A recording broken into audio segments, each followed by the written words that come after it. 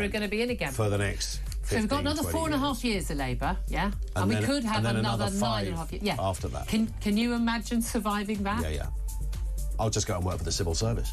I mean, to be fair. Passport office, that's a good one, isn't it? I mean... 3 days on the sofa, one day in the office. Apparently the passport office is one of the few things that actually works right now. But anyway, Ian Collins up next. Big thanks to Sam Armstrong for joining us. And thank you so much for your fantastic calls. Sorry I didn't get to enough messages. By the way, one says, I'd be surprised if there is even a Labour Party come the next election. I'm done for the day. I'm Julia Hollybrew. This is Talk. Stay tuned.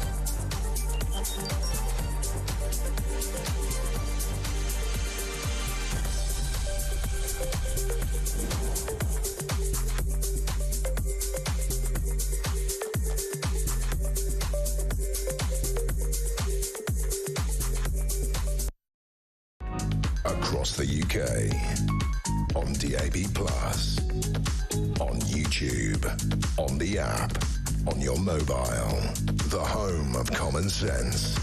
This is Talk.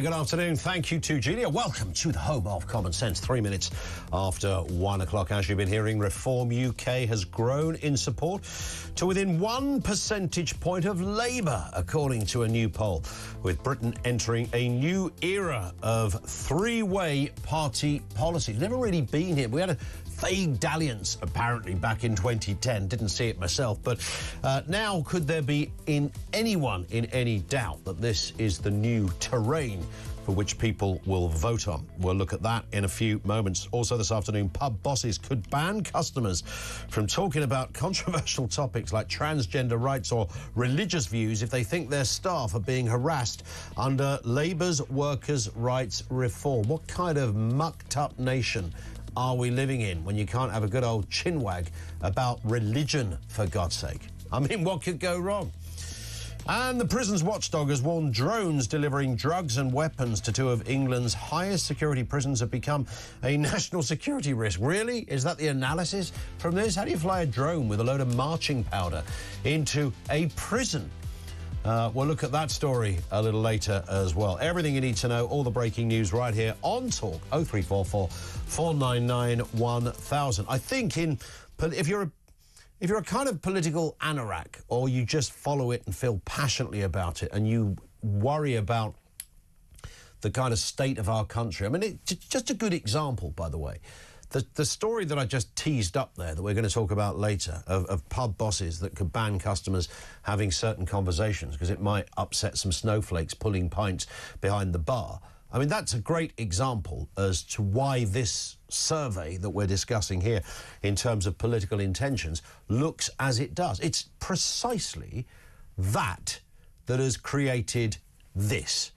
And when you read the headlines that Reform UK are within 1 single percentage point of Labour ahead of the Tories. OK, this is a party, let me remind you, that has just 5 members of Parliament. The Conservatives, what are the Conservatives up to now? It's about 111 or something like that. It was bad for the Conservatives, but it's a shed load more than Reform UK. We've got the Lib Dems, there's 70-odd MPs in there at the moment, way ahead of the Lib Dems. They're on 14%. Reform UK on 25%. Now, I know it's only one poll. There is a certain science behind. I know people pick and choose which poll they like. By the way, doing one on Twitter, I saw somebody arguing on social media saying, well, my poll is more authentic because I've got 18,000 people responding to this. It's not the amount of people that respond to a poll that authenticates the poll. I mean, if you do something on social media, you'll always get interested parties voting one way or the other. But this, in fairness to Sky, and I think Julia pointed this out as well, and the YouGov poll, so 2,279 adults between the 12th and 13th of January, they polled this. But Sky have consistently done this poll with the same methodology employed when they've done it. It wasn't that long ago, of course, but what, a year ago, less than a year ago, that Reform were on 14 points. And that was seen, 14%. And that was seen as remarkable at the time. Well, Reform on 14%, who would have thought it? Today, the Lib Dems, with 70-odd MPs, are on 14%, Reform UK on 25%, Labour 26%, the Conservatives 22%. So what does this mean? I mean, loads of questions come from this. Is the Conservative Party finished? Is the Conservative Party finished? And at the moment, there is no way around this. Whatever your mind is telling you and your heart is telling you about how, if you're a Reform UK voter, I know lots of our listeners are, you're probably thinking, happy days. I mean, the difficulty is Nigel Farage getting in to number 10 and winning an election is completely unlikely. Almost, not quite impossible, but almost impossible, just based on how the system, the voting system works. And so what we're likely to get, and we heard Sam Armstrong along with Julia saying, no, the Conservatives aren't finished, you will get a Labour government. Again, they will be emboldened, and then the same thing will happen at the next election. You get another Labour government. You can have 15 years of Keir Starmer or one of his oppos in the job. That's literally the manifestation of where we are at. So we can talk a lot about reform. I mean, I want to hear from you. Is Nigel Farage the man that's going to make the greatest Prime Minister? Do you see Nigel Farage like that? Or do you see him simply as a facilitator of a kind of new way of thinking politically on the right of things, whereas the Conservatives have been a bit helpless? I mean, much of this, you know, we talk about the woke stuff and all the rest of it, and I hate the word woke, but we talk about it a lot. Most of it all happened under the Conservatives. They were in power for 14 years. I know they can't stop individuals thinking a certain way or institutions making a rule book in a certain way, but they can create some mood music around. They really didn't. They really didn't. They enabled a lot of this stuff by sitting on their backside doing nothing. So I'm genuinely interested in the question, is the Conservative Party finished? I mean, they said it in Canada a little while ago that the Conservative Party were finished. It's likely that they're about to return with the most thumping of majorities taking over from little Trudeau, the work experience kid who had the gig for a while. 0344 499 1000. Where for you does this story go next? I mean, they've been making headlines, of course, Reform UK, for a long time. They had a little bit of a wobble last week. What shouldn't be a wobble? You know, a businessman said, I used to support them and now I don't think Nigel Farage is the best leader. Hasn't got what it takes. It was Elon Musk. OK, he's powerful, he's rich, he's got the ear of the next president. But ultimately, if James Dyson or Bill Gates had said something, it would be just ignoring them. But we do like to pick and choose our heroes and our villains of the piece. That's just the way the new world works. We polarise, we divide in that kind. There's no grey areas here. It's like that or that. So Musk was once the hero of many, but still is for many. So many people, I did notice when Elon Musk tweeted that Rupert Lowe would be the ideas. Another Reform UK MP should take the reins of the leadership of Reform. There were some Reform supporters that agreed with that. They agreed with that. Partly because of Nigel's position on Tommy Robinson. I think the position on Shamima Begum also, or the comments he made on that, might have upset some people. But actually, according to this poll, none of that really matters, because what matters is that they are ahead of the Conservatives and only 1 percentage point behind Labour. So what about the Tories? Are the Tories finished? What could the Tories do other than getting into bed with Reform UK, which is almost the only way in the short term out of this thing? What could the Conservatives literally do to get your vote? Where are they? What do they stand for? I've done this job forever, OK? This is what I do. I read about it. I debate it. I talk about it. It's my job. It's a daily occurrence with me. I do not know. I cannot imagine what the Conservatives could do to turn their fortunes around. Can you? 0344 499 1000. Let's get a word on this story and the other big stories of the day. Fraser Myers is with us, Deputy Editor of Spiked Online. Fraser, good afternoon to you. Good afternoon. How are you doing? All good at this end. Nice to have you with us. I mean, firstly, were you surprised by this poll? No, I wasn't surprised, actually, even though it is a major moment. Things have been trending in this direction for a while, especially under the Labour government. I mean, you know, so two things, of course, have been happening. One is the rise of Reform, but also the utter collapse of Labour. I think, you know, British politics in this era, pretty much really since Brexit, has been so volatile. Parties can rise and fall, you know, within the space of months. Just cast your mind back to 2019 when it looked like the Conservatives were riding high. Everyone was talking about Boris Johnson being in for 10 years or more, you know, absolutely, striding like a colossus across British politics. In as recently as 2021, the Tories were winning by-elections off Labour. Fortunes can change very quickly because we don't have the same loyalty to the parties that we used to. We also know that I think there's a broad sense that the two mainstream parties have failed quite spectacularly. Labour have been even worse than many people's lowest expectations. So there's a bit of and some people are surprised by that. So people are going to look for new parties and new things. And maybe, you know, maybe the same could happen to Farage as well. Yeah. Well, let's have a listen to Nigel Farage. This was last June, of course, when they overtook the Tories for the first time. Far less than they're polling now. But let's have a listen to what Nigel Farage said back then. We have now overtaken the Conservatives. We're in second position in the country. In fact, we're leading the Conservative Party in every single region apart from Scotland. This is the inflection point. The only wasted vote now is a Conservative vote. We are the challengers to Labour, and we're on our way. The problem with all of that, though, Fraser, is that, I mean, it sounds correct based on this polling, but, of course, if you look at our electoral system and how people vote, and there was an election tomorrow, the likelihood is Reform would come back with some more MPs, but it would still be probably a landslide for Labour. Yeah, and that's what I suppose Nigel Farage is trying to get at. He's saying that, you know, previously the Tories would have been able to say, well, you know, if you're on the right, voting for Reform is letting Labour get in. What Farage is trying to say is that actually, no, the vote for the Tories is a wasted vote.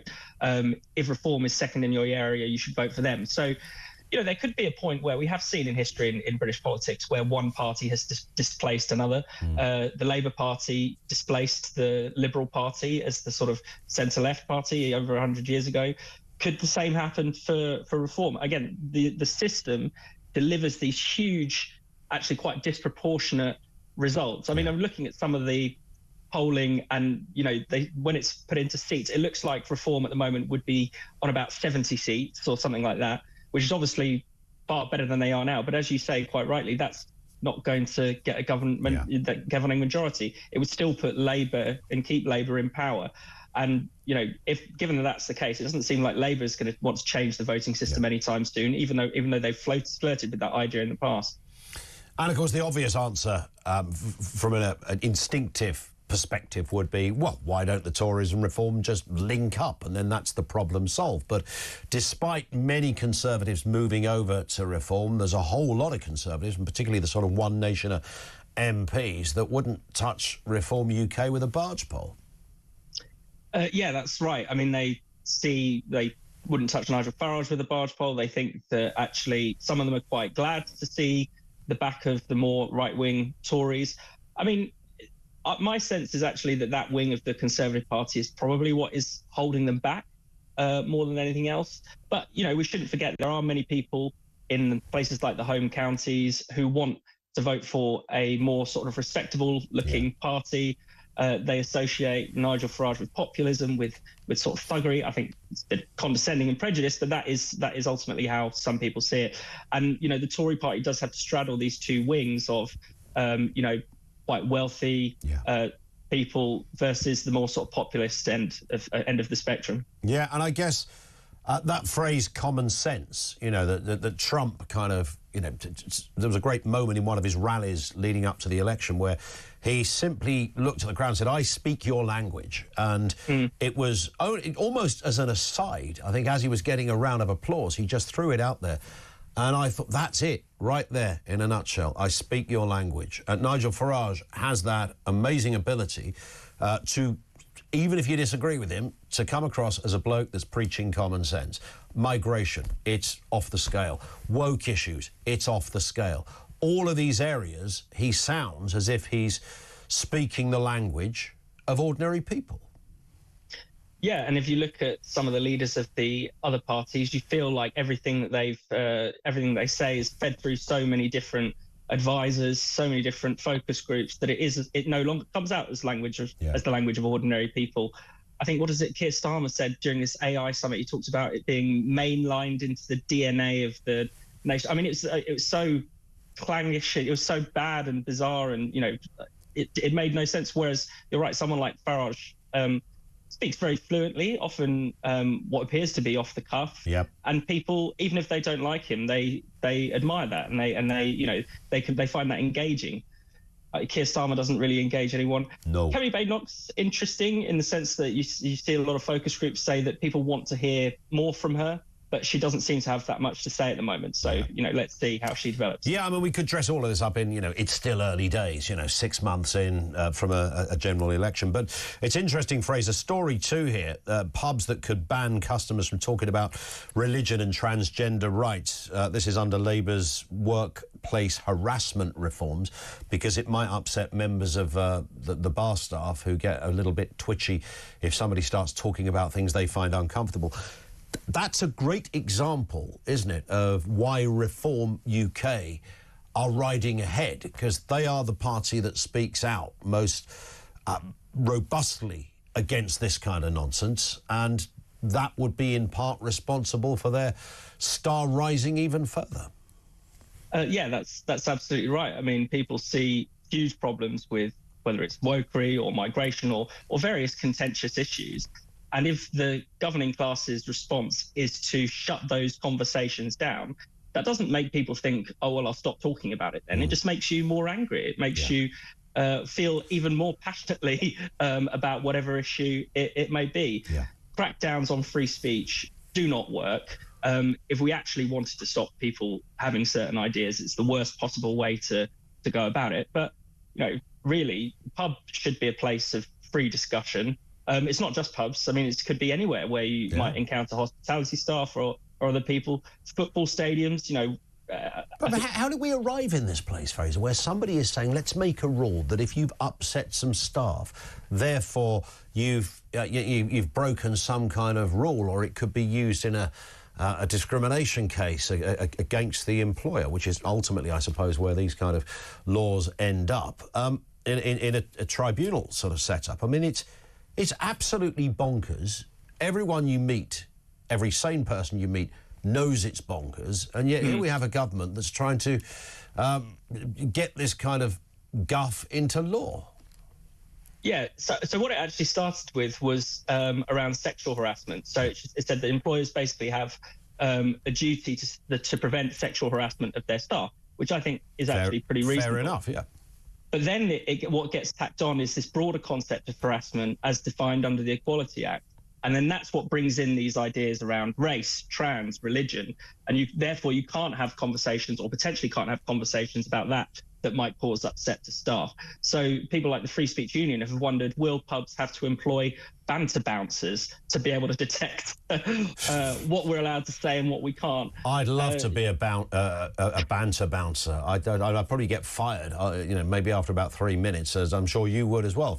But it's a nice thought of giving it a go. Just your job is literally to earwig people's conversations in case they have some hurty words in them.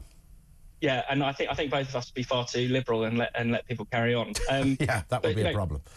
The place like the pub really should be a place for free and robust discussion. Having chats about politics with your mates is pretty essential. I mean, this is where we thrash things out. It's where also where we counter sort of bad ideas. If someone comes up with some mental conspiracy theory about something, it's better that they express it down the pub and a mate has a word with them and says, not sure about that. That it is just people just mouthing off on the internet about things or just expressing things into the void. Indeed. So why would you want to crack down on conversations in pubs? It's perfectly healthy and a good thing for democracy. Indeed. Stay with us, Fraser. We've got more stories to come. Fraser Myers is with us. He is the deputy editor of Spiked Online. We want your comments on the star rising for Reform UK. I think perhaps the bigger discussion is the Conservative Party. I mean, are they finished? Are they done? There's a lot of die-hard Tories going, no, we've had wobbles before. I don't think they've had a wobble like this. If they have, it certainly is outside of my framework of knowledge of the history of the Tory party. But this is more than a little wobble. They are in trouble. Are they finished? 0344 499 1000. Back in a couple of moments. Your calls, comments on the way. We'll talk to a Reform Party member as well. And, of course, more from Fraser Myers coming up. This is Talk.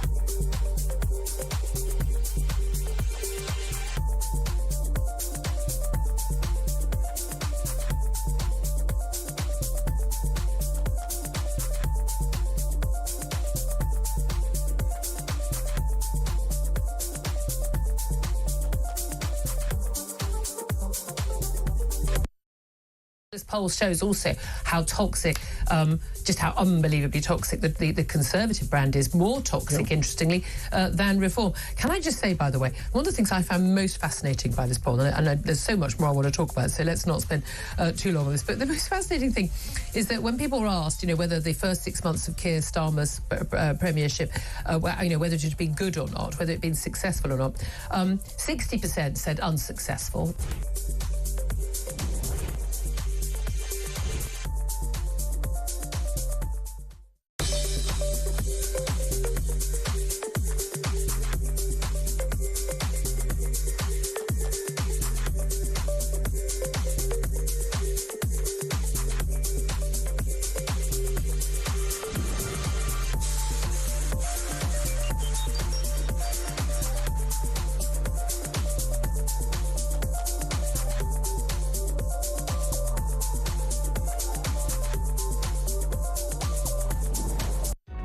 Across the UK, on DAB+, on YouTube, on the app, on your mobile, the home of common sense. This is Talk. 24 minutes after 1 o'clock, we've got Fraser Myers with us. He is, of course, the Deputy Editor, Spiked Online, looking at the big stories. Let's talk Rachel Reeves here. Move over Liz Truss. There's a new lettuce-fearing politician fighting for her job, seems to be the headline, Fraser.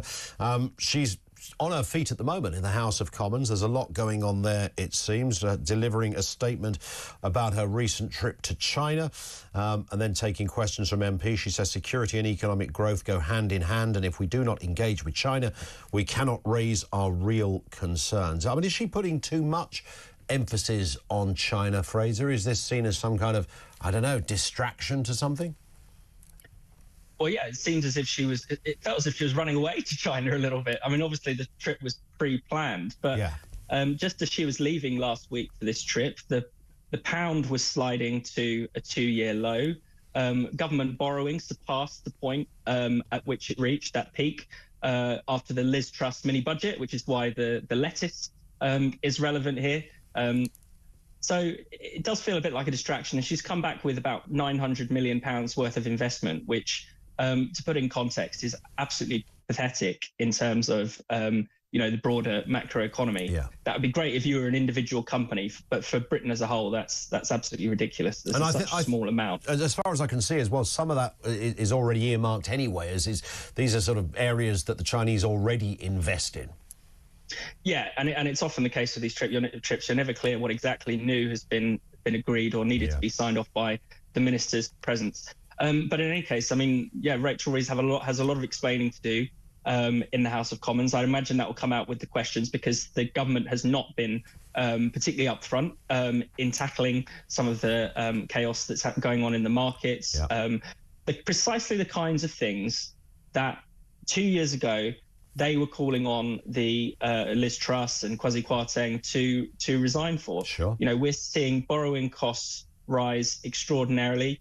This is a major problem. I mean, already Britain is paying more on debt interest than we're spending on education. That's going to get in the way of Rachel Reeves's broader plans. It's going to suck money out of public services. It's probably going to mean that taxes are going to go up again. It might mean that public services that are already strained could be cut further. So this is a major, major problem that the Labour government seems determined not to say very much about. And we need to have answers. Just because it isn't, just because I suppose there hasn't been some massive explosion, there hasn't been.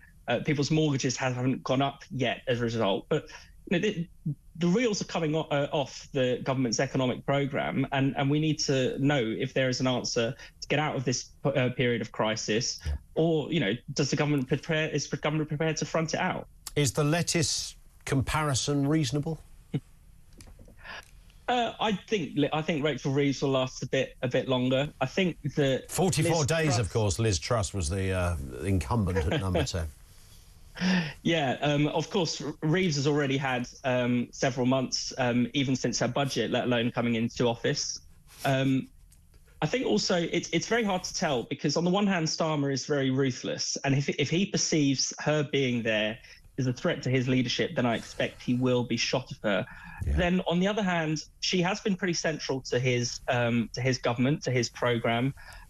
Before the election, she was like critical to presenting Labour as credible for business. She led this sort of prawn cocktail offensive, wooing over businesses, wooing over the city, presenting the party as basically trustworthy. Now, she has betrayed the trust of a lot of businesses with the hike on national insurance and things like that. But at the same time, Starmer doesn't really have strong views about the economy at all. So that could go either way. Either it's that, does he depend on Rachel? Rachel's also an ally of Morgan McSweeney, the chief of staff. So does he depend on her, or does he think, well, actually, we can change course entirely, and it's, staying in power is more important? I could see either of those two things are equally likely. Let's move to this story as well. This is Spain plotting a 100% property tax to block foreigners from buying homes. I sort of vaguely think this story, kind of comes and goes, or has done over the last few years, but this looks, it's not yet policy. This is Prime Minister Pedro Sanchez, who's blaming 27,000 foreign buyers in 2023 for driving up house prices. He's saying, look, these are people that buy, the people outside the EU that buy properties in Spain. They don't live in them. They just want to make money out of them. He's fed up with it, so he's saying tax the pants off them and it will stop. And I should remind everybody, there's about 270,000 Brits that have property out there at the moment. Yeah, I think it's easy often to blame tourists and foreigners. I mean, 27,000 people is not enough to swing an entire housing market. Let's face it. I do worry that there are often these protests against over-tourism in Spain. We've seen them in Barcelona. We saw them in the Canary Islands last year. There is a bit of a danger where, are they cutting off the nose to spite the face a little bit? Spain is going to overtake soon France as the world's #1 tourist destination. Tourists bring in money. Okay, sometimes in the most crowded parts of the city, they can get in your way. They can be a bit annoying, but generally, they're not. They aren't a problem particularly. They're not a cause of crime. They're not are not bringing negative things. They're a positive influence on. Well, yeah. If you were going to try and if you were going to do the pluses and the minuses, you couldn't just extrapolate one figure. You'd have to go, well, hang on a second. So lots of people stay in these houses that people own. That's massive for tourism. Spain on the Costa del Sol would be scuppered without certain Western and disproportionately British involvement in businesses and tourism, etc. So maybe they've got to be careful. What Prime Minister Sanchez has got to be careful what he wishes for here. Exactly. And, I think there'll still be a lot of Brits who will love Spain, carry on going to Spain. But, people are seeing other places. Portugal is an increasingly attractive option for British people.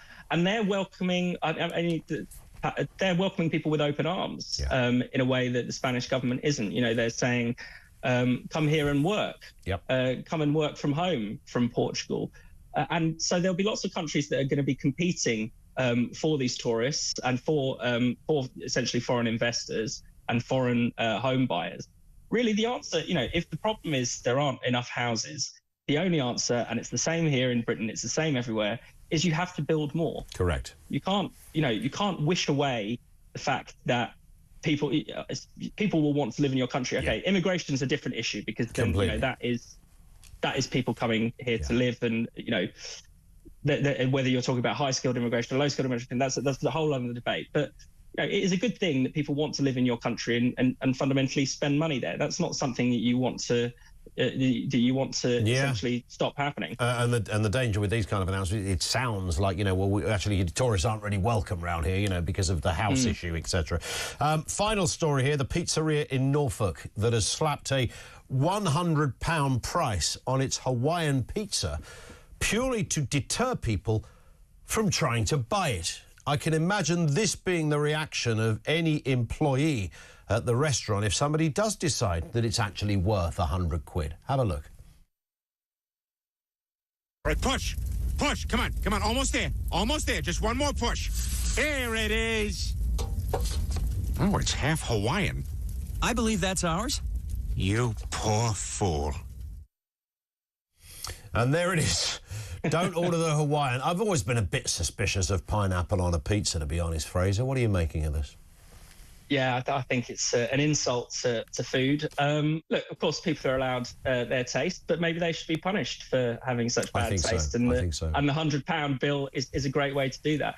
I mean, I was looking into the history of the Hawaiian pizza, invented by a Greek immigrant in Canada. So I'm not even sure what it has to do with Hawaii at all. Or Italy, for that matter. Or Italy. Certainly not Italy. I mean, do not even mention the Hawaiian to Italians. They will be absolutely furious. They will smack you in the chops. Yes, yeah. This is an insult to their motherland. Yeah. This is not what Mama intended in any shape or form.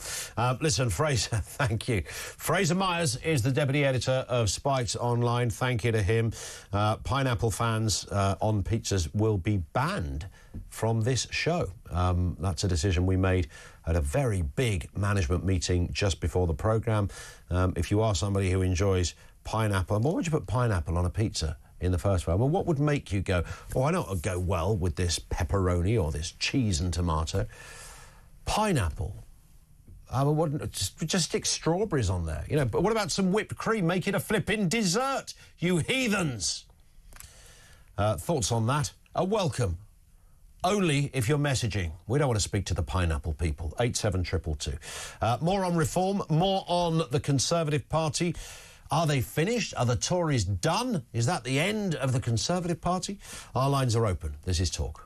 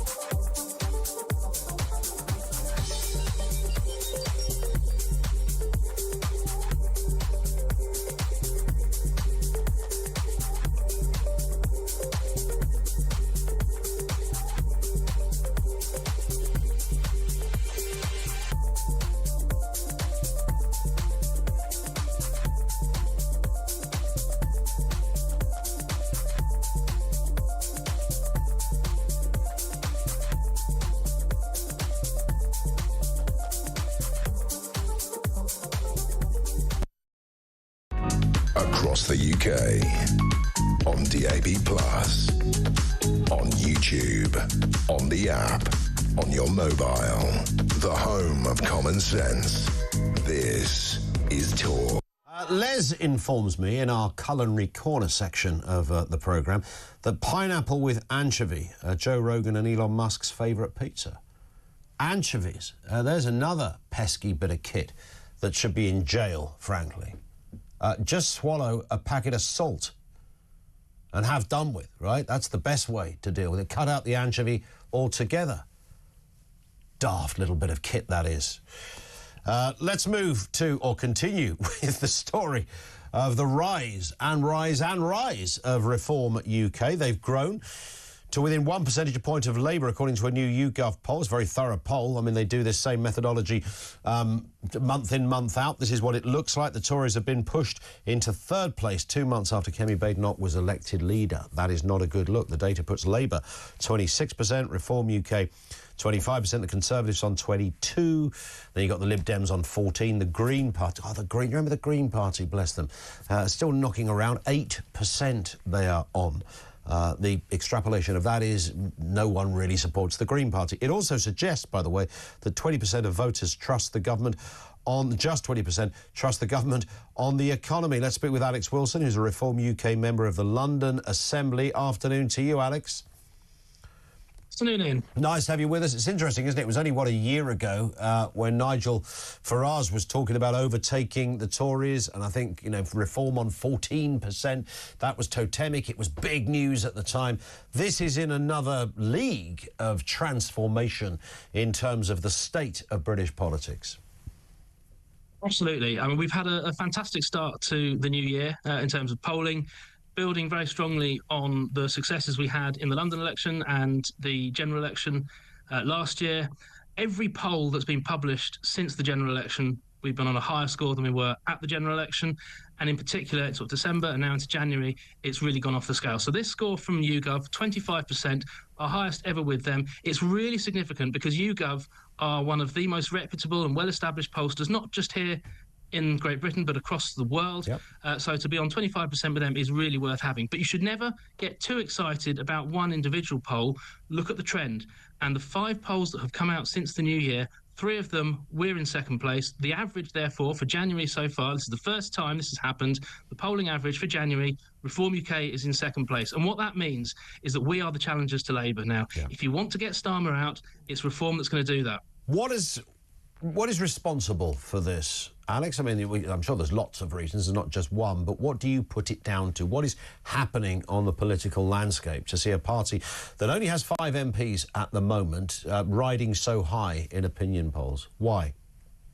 Yeah, I mean, at the moment, we only have 5 MPs, as you say, but they are all shouting very, very loud, making their voice heard and talking about the issues that really matter to a lot of people out there in the country who are feeling that up till now, their voice hasn't really been heard.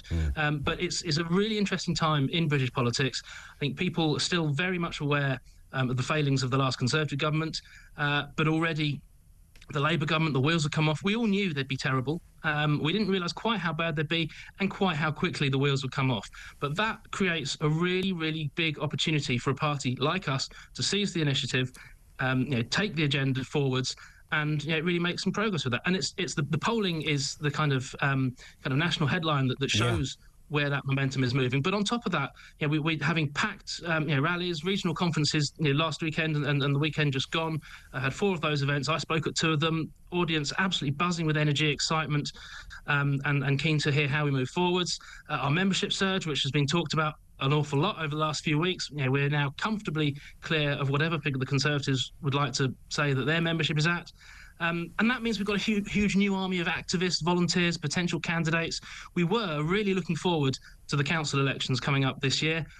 It's understandable, I guess, given how well we're doing, that the main parties don't want a lot of those elections to take place. I'm sure that's got nothing to do with their hesitancy to go ahead with elections at all. But it shows where we are. It's a pivotal moment in British politics. Things like this don't come along very often. It's now incumbent on us to make sure that we deliver on these opportunities and the fact that people are giving us a hearing, listening to what we want to say. This time last year, I doubt a quarter of the electorate would have even heard of us. Now a quarter of the electorate are saying they would vote for us if there was a general election tomorrow. Indeed. I think that's phenomenal and very much looking to ride that wave. I mean, trying to translate it, however, into Westminster success is, of course, partly because of our interesting first-past-the-post system, is difficult. And the smart money says if there was an election tomorrow, yes, Reform would come back with, it could be 70, 80 MPs. It would divide the right-wing vote. And therefore, Labour are back again. Still could be called a landslide for Labour, even with that change in how people vote. And still not enough to put Reform into the driving seat. We obviously do face a challenge with the first-past-the-post voting system. It's an electoral system that worked well in historical times when there were 2 large parties and you'd go from Labour to Conservative, Conservative to Labour, and the system enabled that to happen and change of government that was clearly in line with what people were voting for at the time. In an era of multi-party politics, that breaks down. We're very keen to bring about a change to the voting system. I think it's, I'm on the London Assembly, and that's a body that is elected by proportional representation. It means that everybody has the opportunity to have their voice heard. I think the same should apply at Westminster, and then we'd get an outcome that people actually voted for. The election that happened in July last year was the most disproportionate result in terms of translating votes into seats that has ever happened in our history. That shows the system is broken. It needs to change. We want to be part of that change, and when that happens, then we can be part of the government. There it is. Alex, thank you for your time. Alex Wilson, London Assembly member for Reform UK. One in from Sally here. Everyone I speak to, where I'm allowed, mentions the government and are worried about the terrible job they're doing. I'm in Wales and Reform came second where I am. Labour have lost the farmers already here and are losing many other votes now too. Absolutely right. And John in London, Badenoch is a third-rate politician. In a straight choice between her and Nigel Farage for Prime Minister, she will always lose. And, you know, that is, unfortunately, the reality, I think. I always thought Kemi Badenoch would be the best choice for leader. I thought she would be better, I mean, in comparison to who she was up against of other Conservative contenders. I thought she had something that the others didn't have. I'm not so sure yet. Maybe it's early days for Badenoch. We'll watch with interest and see. Phil's in Hertfordshire on this question. What are you making of it all, Phil? Good afternoon to you. Good afternoon, Ian. I feel, Ian, we're going to see the same in this country in a few years' time that we saw in America with Trump. The people are slowly being drained. They're sick to death of the Tories. The trust has all gone. And what it was, they wanted, and I'm going to go back on that word that a previous caller used, was hope. So they put all that hope in Labour. What's happened? They've been stabbed in the back, Ian. Stabbed in the back. And the electorate will not forget that. So next time round, I think we're going to see a surge. I really do. Now, the thing is, this is only the beginning with Labour. You know, they started with the tax rises. They said won't do it. They started to take away the fuel allowance of pensioners. They won't do it. What's coming next is benefits. They are going to start screwing people down on the benefits that they're receiving. And there's an awful lot of people in this country on benefits. Yeah. They are being, and are going increasingly so. Yeah, they're going to be stabbed in the back, Ian. And the more this Labour government carries on, the bigger the support for reform is going to get. Yeah. They won't go back to the Tories because the Tories are too liberal. And it doesn't matter what all these commentators come on and say, and all these lords come on and say, these Tory peers, you're too liberal. And the electorate... you're right, because I think there's a, Labour messing up is one thing, and, maybe after a year, people will start to forget some of those grim headlines. I actually don't think they will, but, I mean, that's clearly what Labour are banking on. But even just parking that for a moment, Phil, I don't know what Labour stands for. I don't know what Starmer stands for. I don't know what Kemi Badenoch stands for, but I know what Reform UK stand for. I keep coming back to that. I know it's an obvious thing to say, a party of common sense, but that's precisely what is happening here. They're talking about stuff that people feel passionately about. They can see an identity to the party. There's a feeling about the party. There's a sense that those who are in it and running it have a passion for elements of policy within the party. I don't think you can apply that to Labour and the Tories. No, not at all. The Reform Party, Ian, is a living, breathing organism. It's living. And you can see that. Yep. You can see the life in it. The Tories and the Labour, they're dead wood. Do you know what? Listen, you make a great point. Phil, thank you for that. I'd love to speak to somebody, because I'm not speaking here as a member of any party, but I am looking at logically and objectively what is happening to the political landscape. And it's absolutely undeniable that it doesn't matter whether you hate the bones of Reform UK and Nigel Farage, you cannot fail to spot that there is an ideological drive behind what they are doing. There is a DNA to their thinking. When you see Nigel Farage or Richard Tice, Rupert Lowe, Anderson and others, when you hear these people speak, you get the sense that there is a thought process behind where they want to be, that they're representing areas of life that have been neglected, that they're talking the language of the man or the woman in the pub. No one with a straight face. The greatest diehard Islington Labour Party member could not fail to notice that there is none of that coming from the Labour Party. There is none of that coming from the Conservative Party. You don't get a sense that there is as Phil just said, a living, breathing entity going on. And that is why Reform are riding high. That's one of the biggest reasons, I sense. Is it the end of the Tories? Thoughts from you? 0344 499 1000.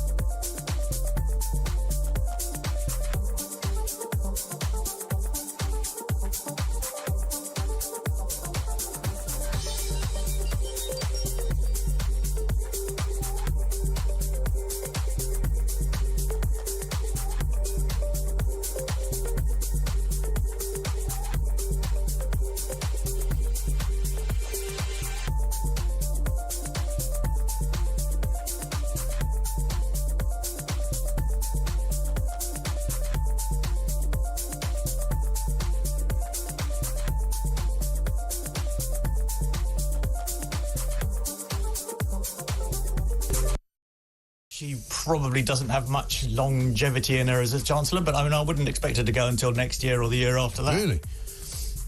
Well, I mean, it would be disastrous for Keir Starmer to sack her. Yeah. Because he would be criticising himself. They have they're joined at the hip. They fought the election on a joint programme, and her mistakes are his mistakes. Yeah. He by sacking her would be criticising himself.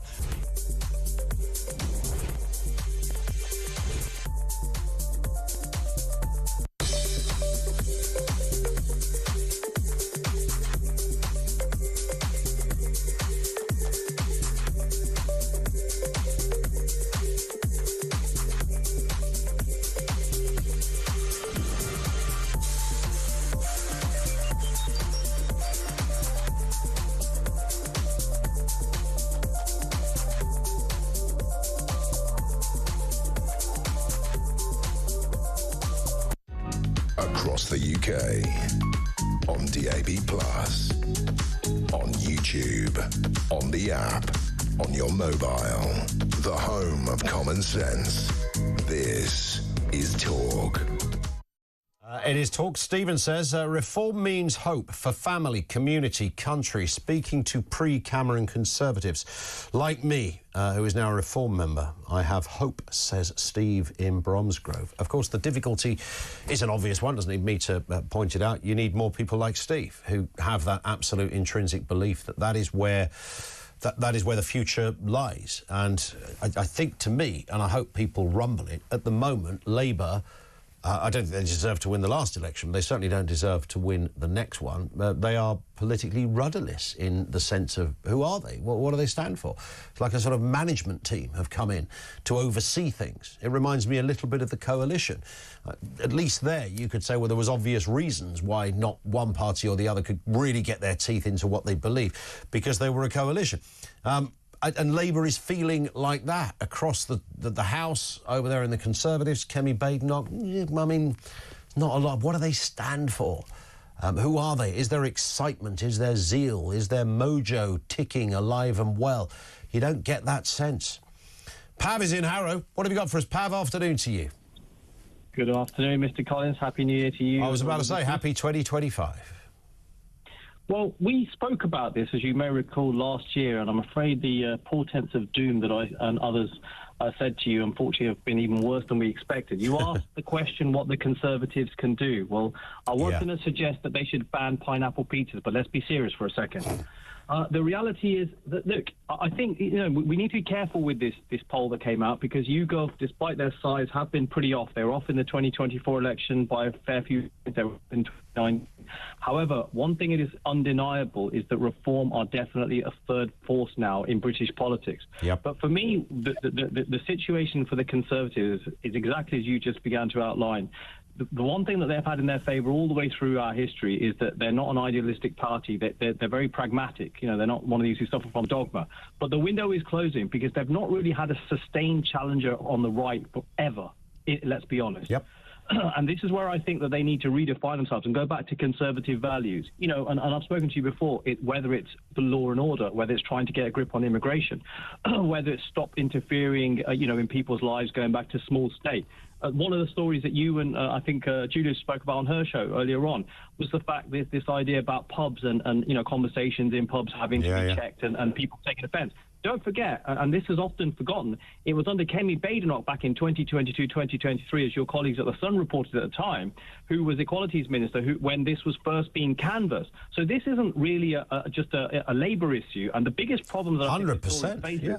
A lot of that, sorry to interject, Pat, but what's often called the woke agenda, I don't like the phrase, but all of that pretty much grew and developed under the Conservatives. As did, don't forget, the banning on smoking, and I speak as a lifelong non-smoker. This is the problem. We've essentially got to a situation where pretty much after Thatcher, we've had a uniparty. And if the Conservatives are serious about getting into office and getting rid of this god-awful government in so many ways, who have isolated pretty much every demographic on the planet, what they need to go back to is actually having ideas and ideals that are distinct from this mob. And that's what they're failing with. And then you go on to the communication that you alluded to earlier. I think you had somebody on with you. Look, there is night and day difference between Farage and Badenoch. Whatever you may think about Farage, not you personally, I mean anybody, his oratory skills are wonderful. And they shine out like a beacon compared to Badenoch, who is stumbling, inarticulate, and in many ways not wholly dissimilar to Starmer, who often can't remember his prime minister, who can't seem to spell government on Twitter properly, etc., etc. So this is the problem. If you want to have a choice, and we are in a brand of negative politics where it seems to be sufficient both here and across the pond to say we're just not the incumbent party, you need to stand for something. You need to give people a little bit of zeal, and there's plenty of zeal, there's plenty of emotion. It's just a question of tapping in before they become obsolete. And if they don't get it right at the next election, Ian, when familiarity should probably be their friend, because people say, well, reform, this, well, at least we can trust the Conservatives, they are in big trouble. And the word or the phrase existential crisis is used a lot. Well, they should take a look in the mirror, because if they're not careful, they may be completely redundant after 2029. There it is. Spot on, Pav. Thank you very much indeed. Paul is in Newport. How you doing, Paul? What have you got for us? I'm very well, thank you. I'm very well, thank you. Good. It's just a thought, okay? And I listen to you guys. Great programme, all this sort of stuff. Really, really good programme. We keep hearing reform, and the word that's coming up is hope. Yeah. And they're saying reform is the hope for millions of people. Now, don't forget, Ian, that when you create hope, you also create expectation. True. And the bigger the groundswell, okay, so the more and more people join reform, and they're now neck and neck with labels. But the bigger the groundswell, the bigger the expectation. I wonder whether, and I hope I'm wrong, I wonder whether if the Reform Party got in, and actually it wasn't the Reform Party, it was the Tinker at the Edges Party, and nothing really changed, you will see things on the streets of this country that we never dreamt about. Because there can be millions of people going, oh my word, we've been suckered again. Right, yes. There are certain... So I don't think people are sort of clued into the fact that... And I joined Reform. I went and paid my 25 quid. Sure. I've moved away from Conservatives. I joined them. And they say the things that I think, and all my colleagues and my sort of circle of friends think, okay? And we all hope that Nigel and his crew will get in there and we'll sort it out. But there's a couple of issues that go with trying to sort it out. If we accept, for example, we know there's corruption. We know that. But we're not going to guess at the scale of it. But we know that there's corruption. If you move in as a Reform Party and we all accept that Reform means exactly that, Okay, the political system is as broken as everything else. How can it take 7 years to sort out, online child protection? 7 years. Yeah. You've got 480,000 civil servants, right? And it takes you 17 years to come up with a bit of paper. Are you having a laugh? But what's going to happen as you start to dig into these things? What do you do when you come across a level of corruption that you're into millions of pounds? Because people won't want to move. They won't want to lose $1 million. They don't want to lose that little contract they've got going on. They will come looking for you. If you threaten someone's very nice livelihood, they will come looking. And I mean on a personal level. Yeah. They will come looking for you. And so you end up sort of saying, OK, then, we want all this change and reform. An ever-growing number of people in the UK are saying, these are the guys that are talking the common sense. These are the guys that give me hope that, I want to see the 7th Cavalry coming over the hill in the shape of Reform Party. And if they don't deliver, I dread to think what's this could be... I hear it. And, again, that same pressure now that will be on Donald Trump. People are thinking he's going to suddenly start mass deportations of anyone that's not American on day one. That simply ain't going to happen. And that's going to be one of the first areas of many that he's going to be up against. And, that's the challenge for reform. They will say they're up for it. Listen, great call, Paul, in Newport. If you are a lefty and someone who would rather vote Labour or the Lib Dem, just explain what you make of this resurgence, this incredible rising star of Reform UK. All of that and more on the other side of the news at 2, coming next.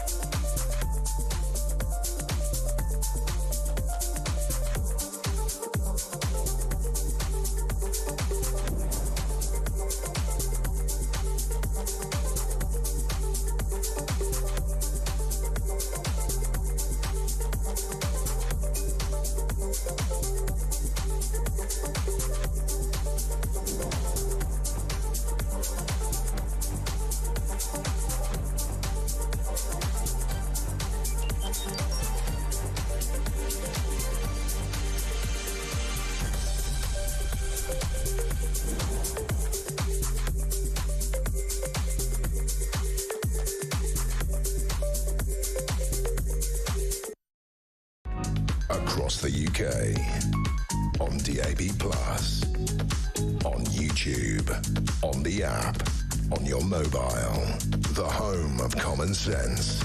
This is Talk.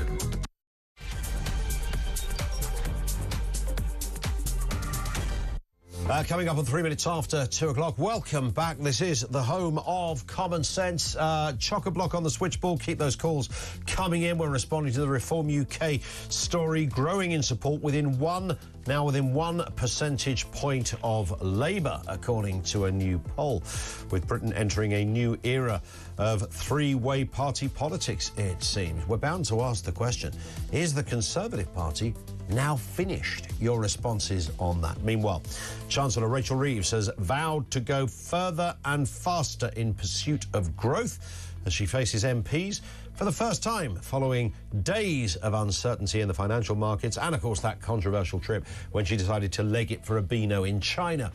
She's back on her feet in the House. Are you reassured that she's going to get the job done?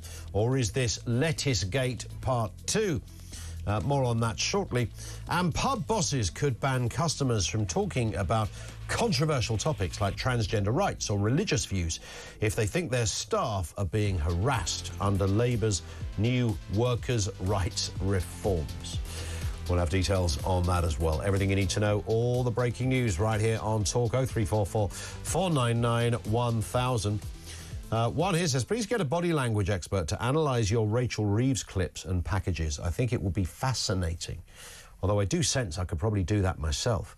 Adrian says, if the Conservative Party are finished, they only have themselves to blame. Absolutely right.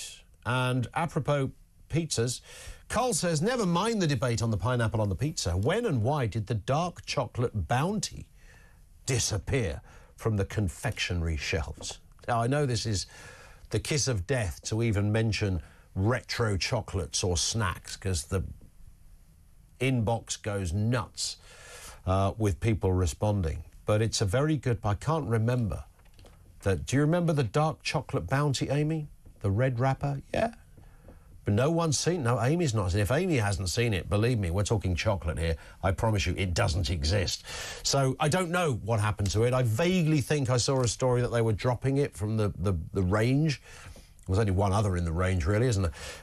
But I might have kind of reinvented that in my head. Thank you for that. We will investigate. Well, we won't, but you know what I mean. Simon says, great call from Pav. Yes, reform are the third choice in British politics. However, the fourth choice is the civil service. And if Farage doesn't have a robust policy on challenge to the civil service full on, the radical policies promised by reform simply won't happen. I can only presume Farage has a plan to tackle the clogged up computer that currently needs a reboot. That is the civil service. All eyes on how Trump achieves the attack on the blob in the US, says Simon in Devon. Yeah, I mean, the civil service, that's a whole documentary there, isn't there? There's so many hundreds of thousands of civil servants. You couldn't possibly realistically, reasonably and intellectually put them all into this one category of, well, they're all therefore doing the work of the, I don't know, the lefty mafia behind the scenes. I don't think it's that. That would just be a daft analysis. But there's certainly a sense that perhaps union representation maybe within the civil service, if not individuals, has kind of given them an identity which, you know, the civil service shouldn't really have. I mean, they're meant to be apolitical. They're not there to take a side. But there's certainly been a very real sense in recent years, Brexit being the obvious one, that isn't the case. Let's get a word on this story and all the other big stories of the day. Alicia Fitzgerald, political correspondent, is with us, back to talk through some of the big ones. I tell you what, Alicia, I mean, you've been covering politics for about 150 years now, as I recall, and, you know, we're only 13, 14 days into 2025. The agenda doesn't stop giving at the moment. No, it really doesn't. And I think so many people thought, after Labour get elected, it's all going to be really boring. We've had a crazy few years politically, you know, whether that's from Partygate to Liz Truss to everything in between. You can definitely say it's not been dull. And I think loads of people thought, well, after this, it will all settle down and nothing will ever be as spicy again. But we were fooled. It is, and it's still happening. Indeed. And this story today, Reform, hitting 24%, behind Labour and in front of the Tories. Look, people will say polls, schmoles. You know, it's just 2,000 odd people who were surveyed. I know the amount of people isn't always the the key factor of authenticity in a poll. There are other sort of measures that are thrown in as well. But nonetheless, it's either equally as fair or unfair to all parties. It puts them ahead of the Tories and literally biting at the heels of Labour for a party that has 5 members of Parliament. I mean, whatever way you dress this one, regardless of how somebody votes, that is a significant story.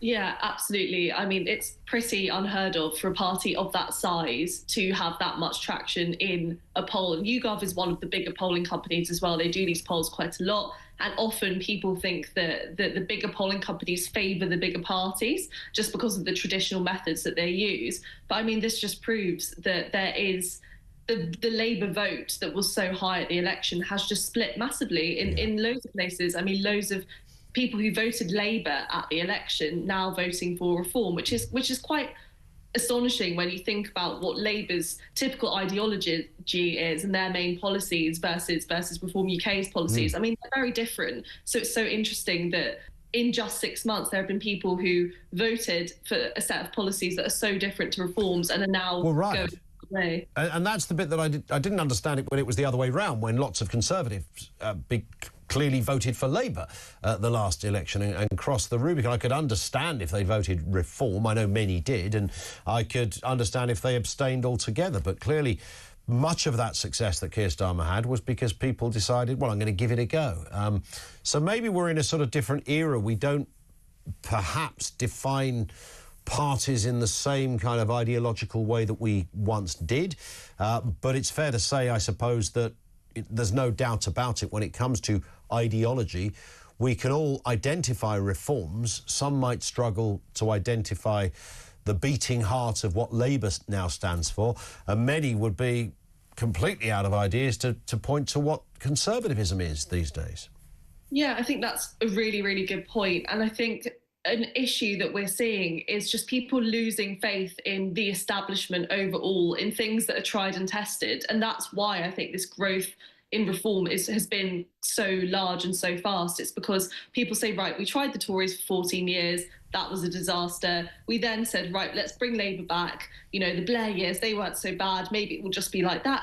And then people are kind of saying, God, nothing has changed for me. I still can't afford my heating bill. I can't afford my groceries. Yeah, I can't get a doctor's appointment. All these things that really matters to people. People just need that change to happen faster than maybe it's doing now, and they don't have the patience. So I think they're now turning to smaller parties that aren't tried and tested, that actually there is no evidence of whether any of these parties will achieve what they achieve, but people are willing more to take a chance on them because they think, why not? What have I got to lose? Do you think, would Keir Starmer take this seriously? Would Kemi Badenoch take this seriously?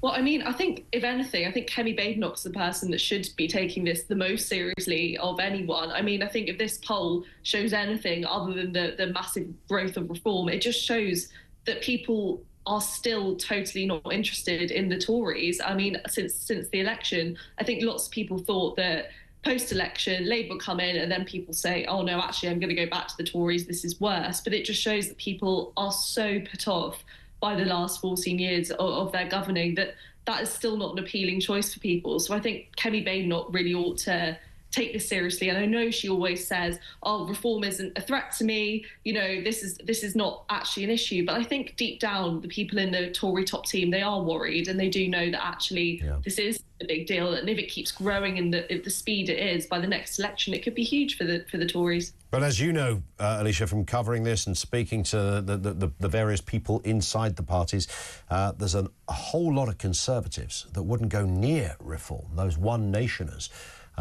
Pathologically loathe the idea of this reform outfit. I don't think it's just because somebody is sort of raining on their parade and, new kids in town coming over here. Who do they think they are? Ideologically, they feel this is not what conservatism is. Yeah, and I think that's part of the reason for the collapse in the Conservative Party brand. It's this lack of understanding their identity, because on the one hand, you have Conservatives, the ones that you mentioned, who call themselves the one-nationers. They are slightly more liberal, say, than people towards the right of the party, who maybe identify a bit more with reform. So you actually kind of have two very different sets of people all trying to sit under the same umbrella. And that's pretty much what happened before the election. It was basically the Tory party became two different things. It became people who think that the party's gone too right-wing and then people who think the party's gone too left-wing. So actually that just kind of broke it in half, and that hasn't really repaired. It still is like that. There's still people who want it to go further right to try and battle reform, and there's still people who want to stay far away from that kind of policy and actually try and steal back the left-wing votes from Labour. So that just hasn't been rectified at all by the party. Well, of course, Conservative lost more votes to other parties than Reform, so I suppose they will kind of keep that in mind when they're, crunching the numbers. At least you hope they would. Let's move to this story. Move over Liz Truss. There's a new lettuce in town, Alicia.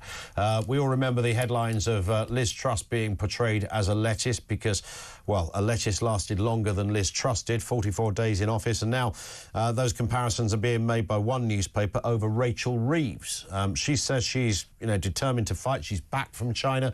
She was just in the House just an hour or so ago, giving a speech on her trip to China and taking questions as well. She said the UK will go further and faster in pursuit of growth. That's her pledge, but can she achieve this? I mean, I think this is an interesting story because at the kind of crux of it was a really bad comms moment from Labour and from Keir Starmer. He was asked whether or not Rachel Reeves would be his Chancellor at the end of this Parliament, so in 4 or 5 years' time. And instead of saying either yes or no, he refused to explicitly say that, but just said he has loads of confidence in Rachel Reeves and she's a very good Chancellor. That, of course, if he refused to say yes, what the newspapers are going to do is say that Keir Starmer has refused to say that she will be his Chancellor, which kind of implies that she won't.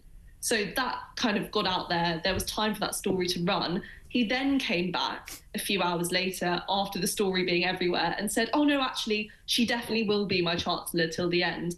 But what he's done now is pigeonholed himself into a really awkward thing because it's actually quite rare to have the same Chancellor from the start of a Parliament to the end. It's not always a reflection on them being bad. It just does. There's often a bit of churn and a changeover and a reshuffle. He's now vowed that she's going to be there till the end. There's a high chance that she won't be there till the end, whether that's because of her performance or just from the natural reshuffles and churns that happen. And now it's going to look like he's made a U-turn, so not the best comms from... Not at all. I mean, that was extraordinary. I thought the U-turn made it just worse, really. I mean, it was a bit odd when he just couldn't unequivocally say yes. When he'd previously been asked about David Lammy, he was able to say yes. But then to come back and go, oh, no, that thing we said earlier, right, we didn't mean that thing. We mean this thing instead. This is what we mean, actually. We've got Rachel's back. And if I was Rachel Reeves, I would feel anything but convinced by that second response to the question. Starmer under pressure as Labour Rotherham MP backs national grooming inquiry. This is Sarah Champion, of course, who's been very vocal in this area over a number of years, often shouted down from people on her own side, people in her own local constituency as well. She's called for a national inquiry into grooming gang failures. She demands contrast, of course, with previous stands supported by Rochdale MP Paul Waugh and others. So she's marking herself out here. I don't think she's going to get a front bench position anytime soon. No, probably not. But do you know what? I think that all political parties, and especially governing parties, do need some figures like Sarah Champion. It's really important to have a mix of opinion and people who are not afraid to speak out maybe against the government line, regardless of the topic. I think that's kind of what keeps governments held to account in a way and just make sure that they don't live in this slight echo chamber that can just be caused slightly out of fear. I think lots of backbenchers are sometimes too scared maybe to actually challenge what their party leader says, especially this current Labour intake. I think we've really noticed it. Lots of them, I don't want to generalise too much, but lots of them, this is their first job in politics. Lots of them are super young. And I think there is a little bit of fear sometimes amongst those backbenchers of actually standing up and saying, do you know what? front bench, you know what, government, I don't actually agree with this. So I think it's important to have that balance, and it's good that she's remained true to herself, I suppose. Yeah, absolutely right. It's that kind of passion we want to see, and consistency we want to see in politicians, and there it is in action. Listen, Alicia, thank you as ever. Alicia Fitzgerald, a political commentator with us on the programme. This comes in from Perry, who says, the problem with the Conservatives, they are still completely split. One morning on Mike's show, Robert Jenrick was talking all stuff on immigration and deportation, stopping the boats. The next day on Julia's show, a Conservative guy was saying the reason these poor people are risking their lives making the crossing was to escape climate change. Julia's response was quite funny. They don't agree on anything because Conservatives are mainly Lib Dems and Greens.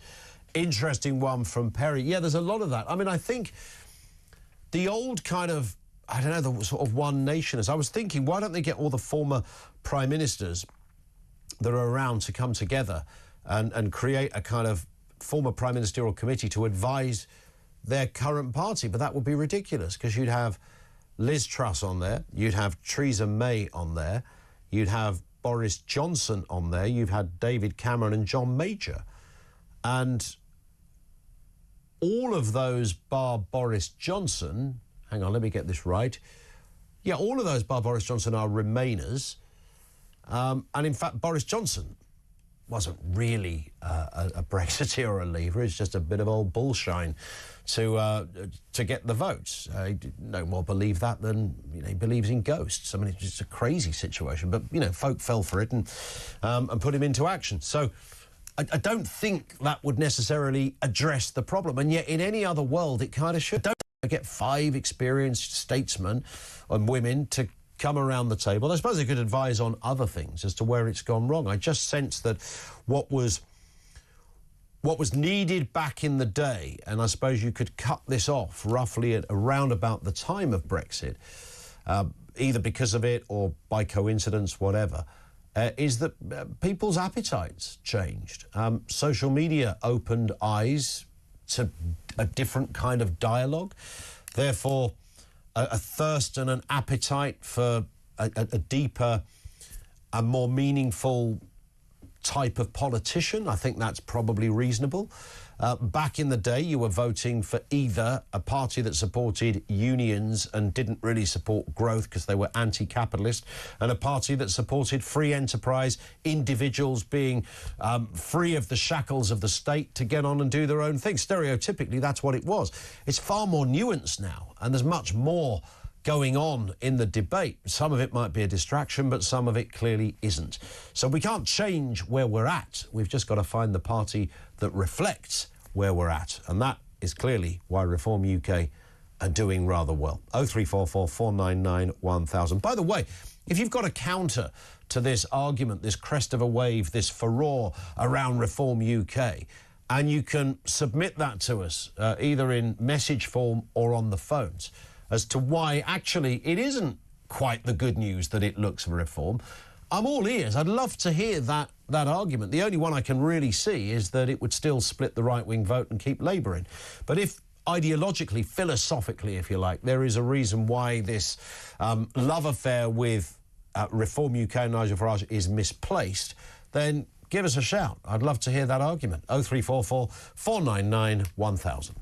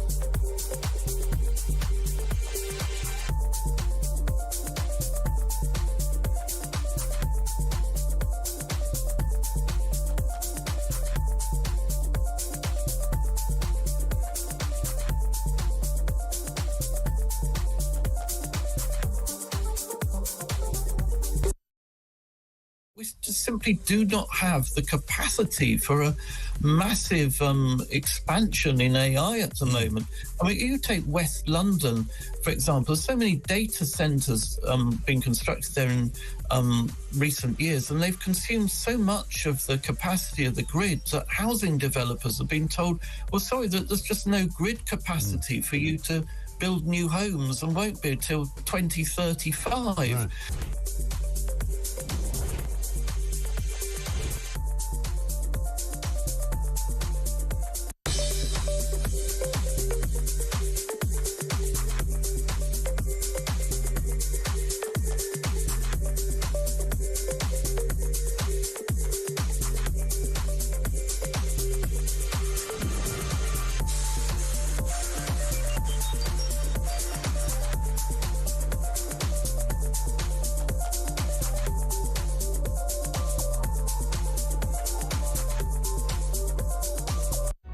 Across the UK, on DAB+, on YouTube, on the app, on your mobile, the home of common sense. This is Talk. It is Talk, 24 minutes after 2 o'clock. Tony Slattery, the comedian and actor, has died at the age of 65. That line is just coming in. He was known, of course, I was about to say those of a certain age, but yeah, that's probably true to a degree. Whose line is it anyway? Just a minute. Have I got news for you? He did those kind of stuff. He was sort of part of the kind of Oxbridge, Emma Thompson, Stephen Fry thing. He was a really talented guy. He was also a deeply troubled man as well. I don't think we dwell on necessarily that aspect of his life, but that phrase that you don't imagine somebody making old bones sort of does slightly apply to Tony Slattery. I thought he was a very funny, talented, very dear man. Never met him, but I know that he recently launched a podcast as well, oddly, about rambling. So I think he turned a corner on his previous life of drink and drugs and the like, but, maybe he wasn't meant to be a guy that made it to the big 100 or something like that, but he will be much missed and loved by people who just liked comedy, because he had funny bones, this guy. Tony Slattery died at 65. More comment coming in from you. This one in from Katie, who says, it's not the end of the Tories, it's the end of their dominance, just like in 1909. I wish I remembered that. Whenever the next election is, I trust the UK electorate to do what they have to do to end the dominance of the socialists. Maybe some of the wets in the south will vote Tory, but the north will not vote Labour. The eyes have been opened and we can't unsee the truth. It'll be a reform-led government, even if it has to do a coalition agreement with the Tories, because Labour will lose its Muslim vote, and even if all other parties come together, Reform will still be the largest party. Says Katie. I mean, that's possible. The smart money says that they wouldn't get to that stage of being the largest party. Between the Tories and Reform, they may well split the right-wing vote if the Conservatives have half got their act together. And that would just put Keir Starmer back into number 10. But having said that, what Katie says there is not impossible. They could be. It could happen. I mean, remember that Starmer's landslide came with some, curious workings out. Yes, they were the largest party, got more votes. A very small share of the vote, and that was crucial as well. So that could be the game-changing point. I stand to be corrected. Anthony is in Manchester. Reference the next election. What do you make of this, Anthony? Good afternoon to you. Good afternoon, Ian. Great show as always. Thank you very much. Cheers. My prediction, I think, when the Labour government eventually lets us have the local elections, that will turn the whole table. And I believe by 2029, I'm going to agree with Katie, who just put a voicemail on. I believe before the election even starts, Reform will have over 30 MPs. Because I think the Conservatives, the ones on the right wing anyway, will see the lay of the land with the local elections and realise the only way they can stay in power is to go to Reform. And I do believe that the Reform Party will pick up a minimum of 20 MPs even before the next election. Do you know what? I was thinking about this the other day. I was looking at Robert Jenrick thinking, how long will he stay in the Conservative Party? Suella Braverman, I mean, her husband has become a Reform Party member. All right, it's her husband, not her, but you can kind of see some of these characters making that move. Or, of course, the other point, Anthony, is that even though both parties say, no, we won't do a deal together, they do a deal together. I mean, it's 4.5 years left yet, so they could still do that pact, call it the Conservatives, but Nigel Farage leads it. I'm hoping they don't. But genuinely, I hope Reform get in on their own merit. Yep. Because I think a lot of these Conservative MPs have been in power that long, they're that arrogant with it. And I believe that they'll see the lay of the land, but I think the arrogance will change when Labour eventually lets us have the local elections. And I think it'll change. Yeah, I mean, you could be right on that. What seems to spook a lot of Conservatives is Nigel Farage. I mean, I mean, who would have thought that, you know, all these years on, that Tommy Robinson would become a kind of a sort of a figure within this debate, because he kind of is. And Farage has made it known that Tommy Robinson and that kind of support is not what he wants. Now, Conservatives will feel that as well, and their view is that there's many more Tommy Robinson types than there are, if you like, standard Tories. And that's where the reservation comes in from some Tory MPs. What do you say to that? Well, we don't need Tommy Robinson, and we don't need that style of politics. Reform, if you look at it, it's becoming more and more professional. It's finding its feet. And the vetting process, even to become a councillor for Reform, is quite strict, because I'm actually going through it myself. I'm hoping to stand at the Prestwich area in Manchester. Oh, good work. And, you know, as a councillor. Yep. And, you know, the vetting process I've gone through up to now, they've asked for quite a lot of information about me. Yeah.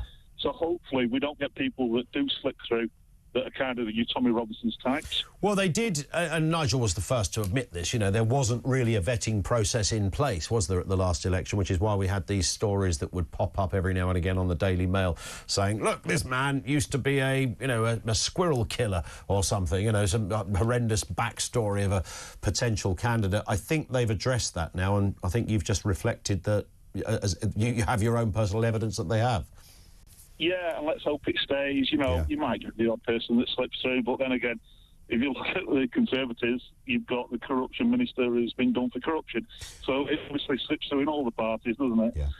And can we confirm you've never killed a squirrel, Anthony? Just for the record. I can't say yes to that one. Well, I mean, yeah, when you're driving down those leafy roads just outside Manchester, back to your mansion in Cheshire, Anthony, I mean, you never know. Listen, absolutely. Good luck with the selection process. Anyway, that's Anthony in Manchester. Thank you to him. 0344 499 1000. Clive in Solihull says, the Conservatives are finished, in my opinion. They were in power for 14 years, achieved absolutely nothing positive. They failed in immigration, accelerated the net zero nonsense. Cameron was a Liberal. May didn't want Brexit. Boris was electable but not up to the job. As for Truss, Rishi, I'd forgotten about Rishi, actually. Yes, he was funny, I didn't even include him in that list of former Tory leaders. He did vote for Brexit, but I don't ever recall him being... I don't ever remember seeing him interviewed. I know he wasn't a front bencher at the time, back in 2016 on the vote. Clive goes on to say, I have no words. Reform may not be able to win, but boy, they are scaring the other two parties. The Liberal Democrats are just a joke, by the way. Vote Reform. That's another party I don't understand. Where I live, it is pretty solid Conservative territory in terms of the MP. But the council has gone on the mooch Lib Dem bound, and everywhere, I mean, there's these massive houses where I live, and they've all got, in a common election, a local one or a national one. The only real posters I see out there are Lib Dem ones. And I'm thinking, what is... The first time my little boy said to me, what's Liberal Democrat mean? Because it was plastered on a big banner on the side of a wall of a, I don't know, £3.5 million house. And I didn't know where to start with the answer, to be honest. But my first answer is, well, the banner shouldn't be on the side of that house, was my instinctive answer. But yeah, it's strange times. I don't know what the Lib Dems stand for. What is Ed Davey? who is Ed Davey? You go, right, yeah, he's the bloke that thinks... nope, me neither. Kemi Badenoch. Ah, yeah, she stands for... Oh, let me think. Yeah, well, she's quite clever and she seems likeable. She could speak. No, I don't know what she stands. Keir Starmer. Now, there's one for you. What is Starmerism? Define Starmerism. What's he all about then? You'll have to come back to me on that one. Nigel Farage. Oh, I can tell you what he's all about. Yeah, this. You could make a big list. Even if you hate the man and the party, that is what is marking them out. They have a beating heart. They're alive and kicking. They are philosophically driven. They have a point and a purpose. And that's why they're throwing a political firework up the trouser legs of the Labour Party and the Tories as well. But are the Tories indeed finished? 0344 499 1000. Just gone 2:30. This is Talk.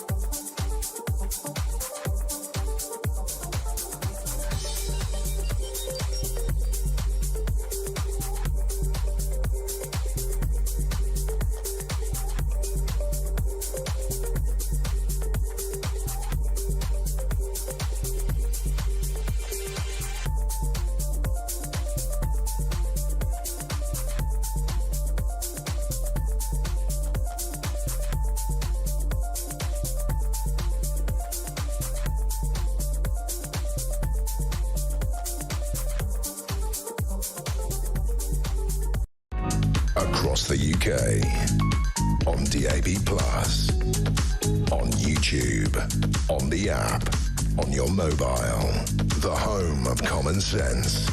This is Talk. 25 to, is that 3? 3 off Talk. I literally have in the last, in 2025, I've forgotten how to tell the time. I don't know how this ailment managed to bestow itself upon my neurological system, but clearly telling the time. Maybe I just need an old clock, you know, with 2 hands on it or something like that. Listen, here's a fascinating story. It's firmly in the category of stuff that we have talked about before. Pubs potentially banning discussions on things like religion or transgender rights under Labour's workers' rights reform. Ministers have proposed that employers must protect workers from being harassed at work by third parties like customers or clients. I mean, what a curious, terrifying statement that is when you put it to some intellectual scrutiny. The Equalities Watchdog warns that the rules could restrict freedom of expression, really, potentially including overheard conversations. I mean, how do you even legislate around this? Let's speak with Andrew Gold. Andrew, who has been with us on the show a few times now. He is an incredibly successful presenter in his own right, runs the YouTube channel Heretics. I mean, if you haven't seen the Heretics podcast, you must check it out. How many episodes are you up to now, Andrew? I mean, you're in 3 digits, surely. Yeah, I think it's about 100 or so. It's a year old. We've got 310,000 subscribers now, so thank you everyone for subscribing. Indeed. And you deal a lot in the area that we're talking about here. I mean, a lot of your guests, there's a commonality there. People who might have been cancelled, or people who have big views on this sort of area of life, people who've experienced working at the coalface of a certain industry where bonkers rules and regulations suddenly manifest seemingly out of nowhere. Stuff that was perfectly normal 5 minutes ago is now seen as, you know, not just controversial but almost criminal in today's language. I mean, the world has sort of turned upside down, and I guess this latest workers' rights reform story very much feeds into that. Yeah, I think one of the amazing parts of this, I read the Times article, and they've got the government's own regulatory policy admitted there is not enough evidence that third-party harassment is a major concern. So it's another case of, I don't even understand where this comes from. I suppose some sort of box ticker or bureaucratic, Soviet-esque, Stasi-like figure says, well, what should we do today? I need to, I've got to do something, otherwise I won't be paid, although you would be paid for doing nothing anyway, working for the state. And so they've introduced this kind of odd policy.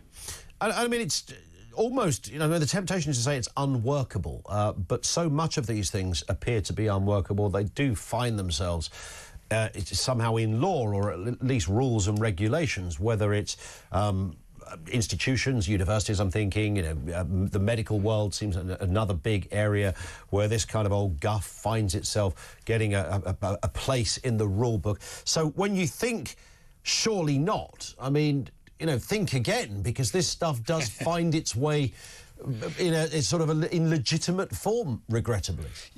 Yeah, I think you're absolutely right to point that out, because I think a lot of people think these rules come in and, OK, maybe the newspapers are sensationalising them and nothing actually happens. But we now know that we have more people being arrested for non-hate crimes or freedom of speech issues than Russia does. Now, it's possible Russia doesn't report all of them, so we don't quite have the full statistics. But either way, an extortionate number of people in the UK are now locked up for speaking their mind. My most recent episode video on Heretics was Harry Miller, who you might be familiar with his story. Yeah, I know Harry. He was...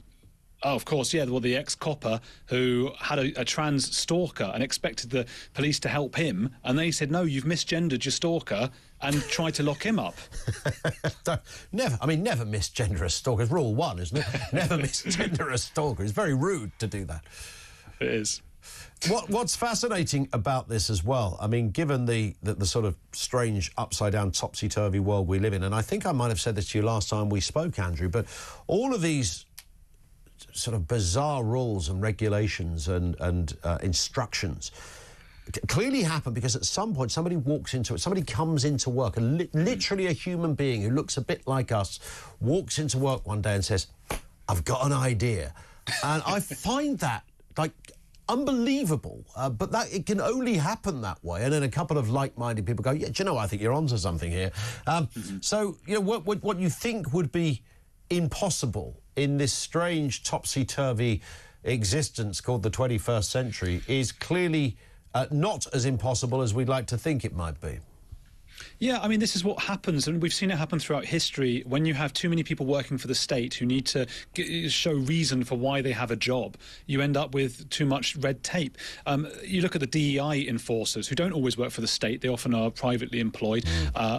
But once you get the kind of equality that you set out to get, well, where's your paycheck going to come from? And I don't mean to suggest that every single DEI officer or any of these kinds of people are thinking maliciously. I think it's a subconscious kind of effect where you think, gosh, I've got to come up with something today. Oh, this seems reasonable. And now we have a situation where, I mean, the concern here in the bars is that pub owners will not understand the nuances of what people are saying and the nuances of free speech and how important it is, even if you hate what someone says, because you don't want someone saying hateful things in your pub, but how important it is to defend even the views of those you dislike or disagree with. But the problem is it's not just the pub owners don't understand the nuances. I don't understand the nuances of it. You don't understand the nuances of it. And certainly the people at the top, Keir Starmer, has no idea of the nuances of freedom of speech, or he wouldn't be locking people up for it. Yeah, and I mean, we always scratch our head and say, well, who are the offended people? Because you tend not to meet many of them. You think, well, who is it that thinks... You meet more people that would think exactly as this discussion we're having now is suggesting, but there's a contingent, clearly, of victims out there that, you know, feel very strongly about this. And, you know, I wonder if, like so many areas of life. You know, gay rights once upon a time, I'd like to think that's been addressed. I know around the world that's not completely the case, but certainly in this country, also race issues as well. Lots of this stuff has been addressed, but there is a sort of a sense that there is something about being a victim that I think, you know, fires a certain contingent of people up. And if you are, you know, stereotypically on the left, your entire ideology is based on that. You know, there has to be a bad guy, and then you have to be the good guy. Otherwise, your ideology tumbles like a house of cards. Yeah, no, absolutely. And it's a very human feeling. I used to do cults. I was looking into people who left cults, and you see a lot of that as well, that victimhood feeling. You're not even supposed to say that people who were in cults might have made a mistake. You're supposed to say they were victims too. Everybody's a victim all the time. And I understand we've all had that feeling when we've lost a football match or we've lost this or that. We feel like, oh gosh, the cards were stacked against me. But I would give advice to any young person, look, that's a tempting ideology or a tempting feeling, but try to just discard it and say, anyway, I'm going to keep going anyway. And the people who succeed in life tend to be those who may well be victims in some way, but they keep fighting regardless, and they don't see themselves as victims. Yeah. Where do you think, or why do you think this? You mentioned DEI and the like, and, you know, I'm thinking of Stonewall, this incredible organisation that did such good for gay rights, and they were absolutely pivotal, and it was so, you know, correct that an organisation like that was there to advance these causes. Sort of, they ran out of steam. They realised, and we've got no agenda left. You know, we've largely sorted it. Let's have another agenda. We'll go to the trans rights thing. I look at sort of race relations and all that's going on with racism and how unrecognisable the country is today from what it would have been in the 1970s or the 1980s, an area that I remember rather well, completely different. Never would anybody say everything's been solved like any other criminal act. I don't think it will fully be solved. But as things have got better, these organisations have increased. And that's the kind of area that really confuses me. Why do we have more equality, female equality, women in the workplace, you know, whatever it happens to be? I mean, the whole place is unrecognisable in all of these areas, and yet the very organisations that are there to champion or defend certain issues such as homophobia or racism have increased in numbers, and they've increased in the areas that they have tentacles, it seems. You know, companies and corporations take on these organisations.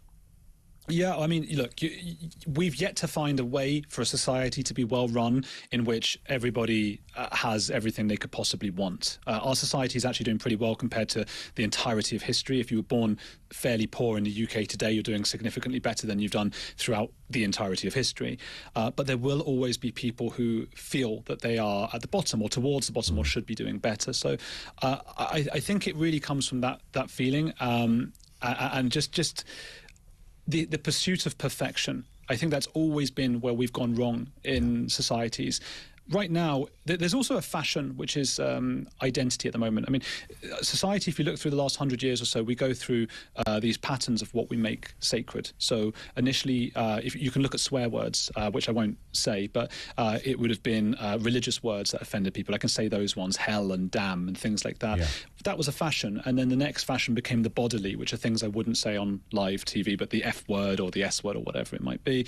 But we're not so bothered about those words anymore. But if you look at the last 10, 20 years, the words that you really can't say anymore are the identity-related words. Yeah. So there's the F word for gay people, there's the N word, there are certain words for different identities. So we're just going through a phase right now, 20, 30 years maybe. Maybe it'll be over in 10, 20 years and we'll be on something else just as ridiculous or different or abstract, or, and that's where we are right now.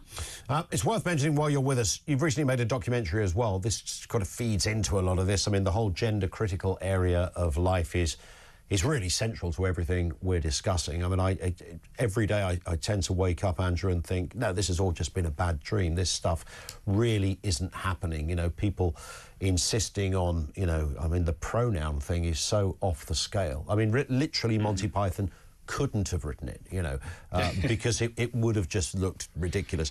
But here we are, and I know you've made a documentary about this, I think with a particular focus on Leeds University.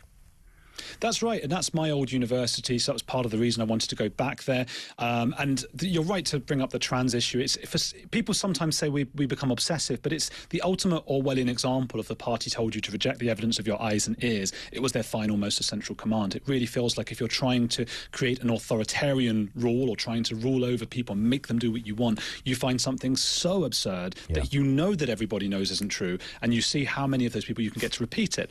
Well, Connie Shaw is a student at the University of Leeds who said, well, no, this is ridiculous. She's a 20-year-old young woman, very brave and very bright. And she said no, and she was kicked off of Leeds Student Radio and has got into all sorts of trouble. So I thought, OK, I'm going to go back there and speak to the kids. And look, a lot of the kids are pretty reasonable, but the issue is when you're 18 years old, what do you do when you go on a date with a girl? I thought about this. When I was 18, if I went out on a date with a girl and she said, so what are you about? When I was 18, what did I talk about? My mum or my school teachers? You've got nothing. So you are so vulnerable to attaching yourself to one of these fashionable things, and that's what's happened over there. But that documentary is out on Andrew Gold Investigates. It's a new channel for my documentary stuff, and it's quite hard to find, but you have to search Leeds University or Andrew Gold Investigates, something like that. Put all of those good words into the engine and it will pop up at some point. Listen, Andrew, always great to talk. Thank you. Good luck with the documentary. The YouTube channel increases by the day, it seems. The Heretics channel is there now. He is Andrew Gold. Thank you to him. Comments on what you've just heard as well. Pub banter is under scrutiny. Wow. I mean, be careful what you say. Look, nobody wants... I think this is already the case, isn't it? If a group of customers in a pub are kicking off and being loud and leery and, I don't know, sexist or, you know, sweary in a family pub, nobody wants that. It's not just the staff in the pub or the owner, it's the other punters that are in the pub. But the idea that a workers' rights reform would extend to somebody pulling pints saying, I think I heard a conversation about Christianity that I found very offensive. I'd like to take you to an industrial tribunal because you've sacked me and that's going to be my reasoning. You know, that kind of stuff. You take the point. 0344 499 1000, 10 to 3. This is Talk.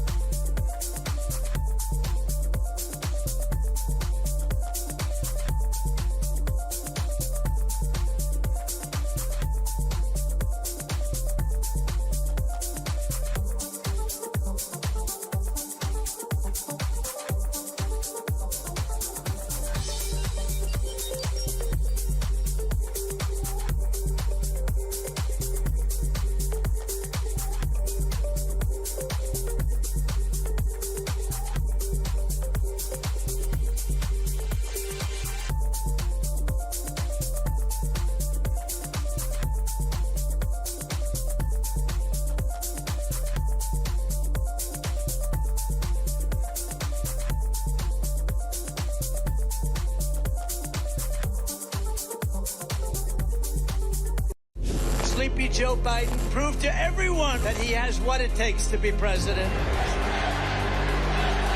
So now we have a new victim to defeat, Kamala Harris, L-Y-I-N apostrophe. Take a look at what happened.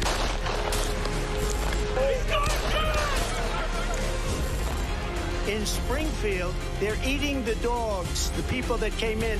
They're eating the cats. Many people have told me that God spared my life for a reason.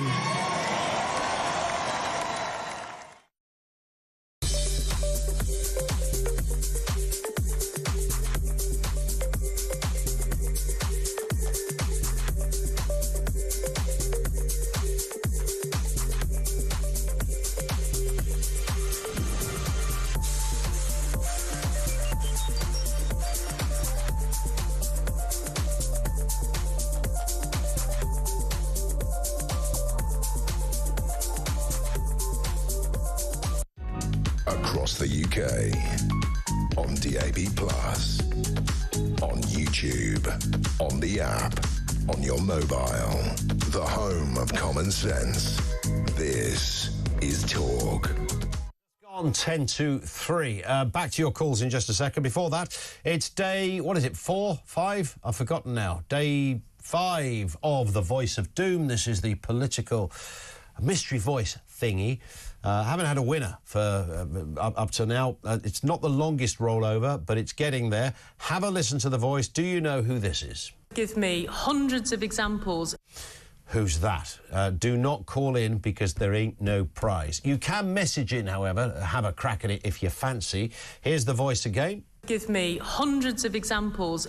87222 is where you can message us. As I always seem to say at this point, if we get a right answer in the next 10 minutes or so, we'll reveal all on the other side of the news. If we don't, it rolls over for day 6 tomorrow. Here it is again. Give me hundreds of examples. 87222. Good luck. Let's go to your calls. Chris in Stockport.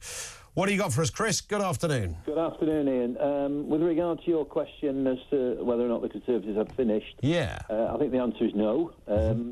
I may be biased. I'm a lifelong Conservative. I think what will happen in the long run is that what we'll remember is that at the moment all three parties are running around about 24-25%. The Conservatives in Reform can't win at that level. Unfortunately, Labour can. If you look at some of the modelling, they can still get almost a majority with 25%, which is farcical. I think what will happen is the closer we get to an election, which is going to be in 2029, common sense will prevail and Reform and Conservatives will come to some sort of an agreement. They didn't do it last time for a couple of reasons. A, I think it was far too short notice, and B, I think the Conservative brand was far too toxic for Reform to get involved with at that stage. I think in the long run, unless one of them can sort of get into the low 30s, which would give them a majority, if neither of them can get to that level, rather than run the risk of a Labour minority or heaven forbid, a Labour coalition with the Lib Dems and the Scottish Nationalists and anybody else, anything would be preferable to that, and I think common sense will prevail. And obviously an awful lot will depend upon whether or not Farage actually lasts that length of time. I have a huge amount of admiration for Nigel Farage, but he's sometimes a little bit here today, gone tomorrow, and whether he'll last another 4 years. Yeah, I mean, that's a very good point. You know, I mean, Nigel Farage is, so there is something of the one-man band about him, and I think he kind of, you know, he runs it, it's his thing. Obviously, he needs people around him, but there is a, you know, some people speculate that his success could almost be his downfall in that respect. But we will watch with interest. Chris, listen, it's a great call. Thank you for that. That's Chris. One here from Barry who says, why are you asserting that Labour voters will remain loyal to them after the mess they are making? There'll be mass unemployment, high inflation, cuts, heavy taxation, says Barry. Well, there might be all of that. There might be some of that. I don't think all Labour voters will be loyal to them. I think they will just still have more voters than any of the other individual parties. It's as simple as that, just basic mathematics, even allowing for the ones that are going to leg it to Reform, or some might even go back to the Conservatives. One here from Andrew in Salisbury who says the rise in the polls for Reform is not good and meaningless. Reform is the Nigel Farage show. They've hardly any policies and rely on the Farage charisma. Nigel is getting on in age. How do you think he will be in frontline politics? And who could match his prowess? Reform are the new SNP. Well, the SNP did rather well, as you may remember, incredibly so, and dominated Scotland for a long, long time.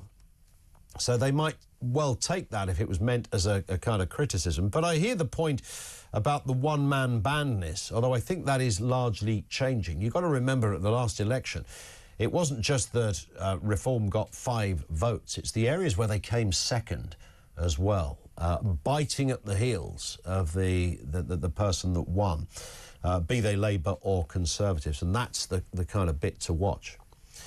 This will be Norman, who's in Dartford. What do you got for us, Norman? Afternoon to you. Good afternoon, Ian. Hi. Well, I watched Rachel from Accounts in the Commons today. Yeah, that must have been riveting for you. I'm a glutton for what a great way to spend a Tuesday afternoon, eh? What happened to you, Norman? I've never seen anyone so out of their depth whatsoever. Yeah. I tell you, we're in trouble if this is the best we got. And she was asked questions about the bond market, which is, you would know, is very important. Crucial. And she just dodged every question as though she had that blank look on their faces. You know, you get it with Starmer. It goes all blank. Well, she went like this because the bloke said, "You've talked about a deal with China worth 600 million. 12 billion went on the interest over the weekend." And she's looked at him and said, "Well, what are you talking about? What's that got to do with it?" Yeah. Well, it's got everything to do with the state of the public purse, right? Yeah. I mean, they just don't register, or they don't want to talk about it. They hope everything goes away. I've never known anything like it, honestly. It's interesting, isn't it? Watching people in opposition. Even though I didn't think she was the most impressive speaker, but in opposition, you could go, well, she's in opposition, she's firing all the shots, she's calling out the government, once you get the big job, and it's literally your responsibility, that's a whole different ballgame, and I think her credibility is absolutely shot. Norman, we're beaten by the clock. Great call. Thank you for that. Rachel says, I voted Jeremy Corbyn. Now I support reform. See, there is a full 360. Is that 360 or a 180? One of those. One of the good degrees. Voice of Doom, will we get a winner on the other side of the news? Let's hope so. It's day 5 of this one. This is the voice you need to identify. Give me hundreds of examples. Remember, don't call in on this because there ain't no prize. You can message 87222. Details coming up on the other side of the news at 3 o'clock, and more from you as well. Let's get the latest headlines on Talk.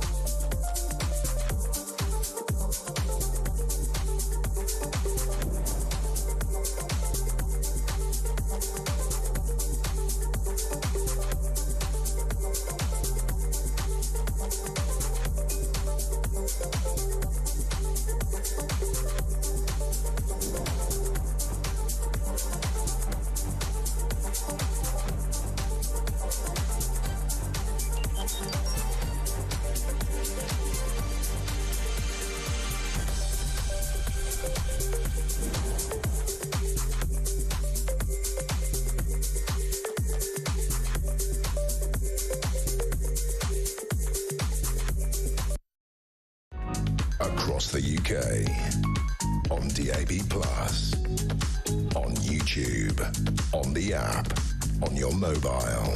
The home of common sense. This is Talk.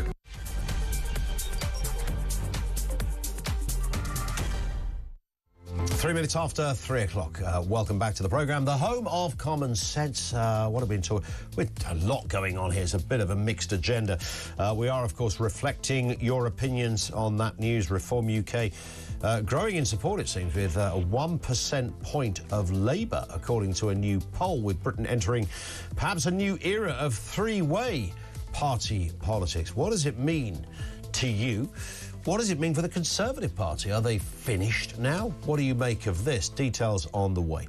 Also, the prison watchdog has warned that drones delivering drugs and weapons to two of England's high-security prisons have become a national security risk. I think we can all ascertain that from this story. We'll discuss that next. And Donald Trump's called a special prosecutor deranged after he claimed to have enough evidence to convict him over the 6th of January riots on Capitol Hill back in 2021. More on that story coming up. Everything you need to know, all the breaking news right here on Talk.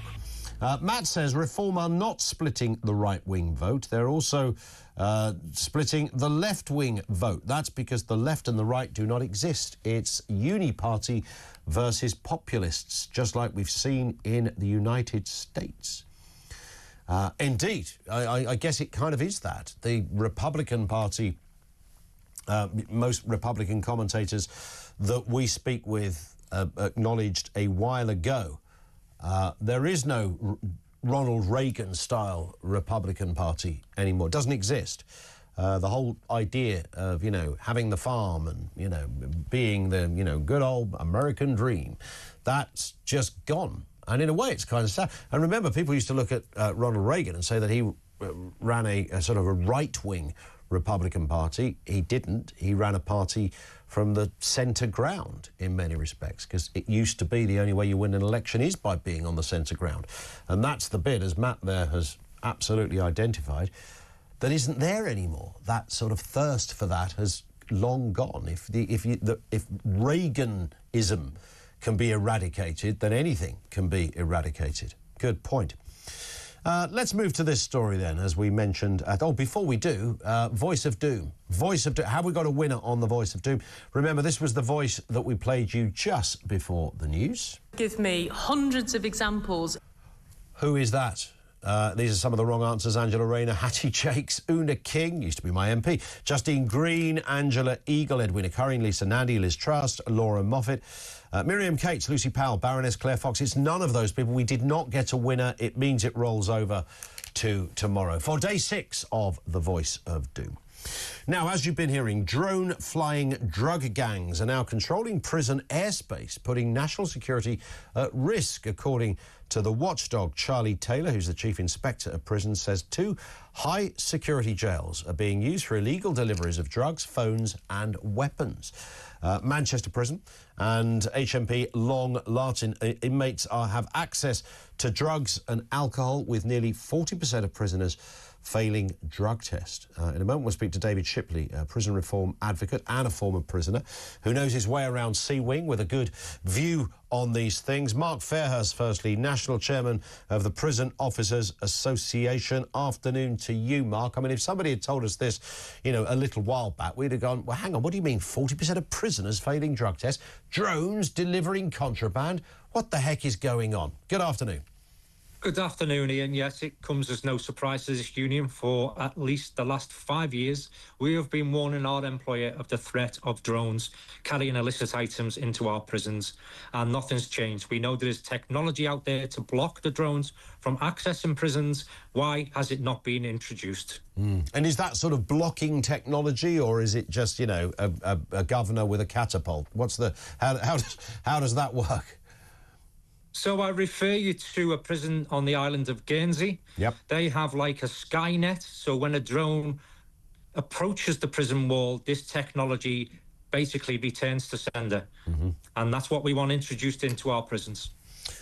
One assumes that maybe you can shine some light on this, Mark. So a drone flies over, and I know, anyone that lives in an area where there is a prison will know that, you often just literally walk past the prison wall, and over that prison wall is the inside of the prison. It might be high, it might have some barbed wire, but if you flew a drone over there and dropped off, a couple of grams of marching powder, you could see how easy that could be done. You might think that the person on the other side, the cameras, prison officers, would kind of see that happen.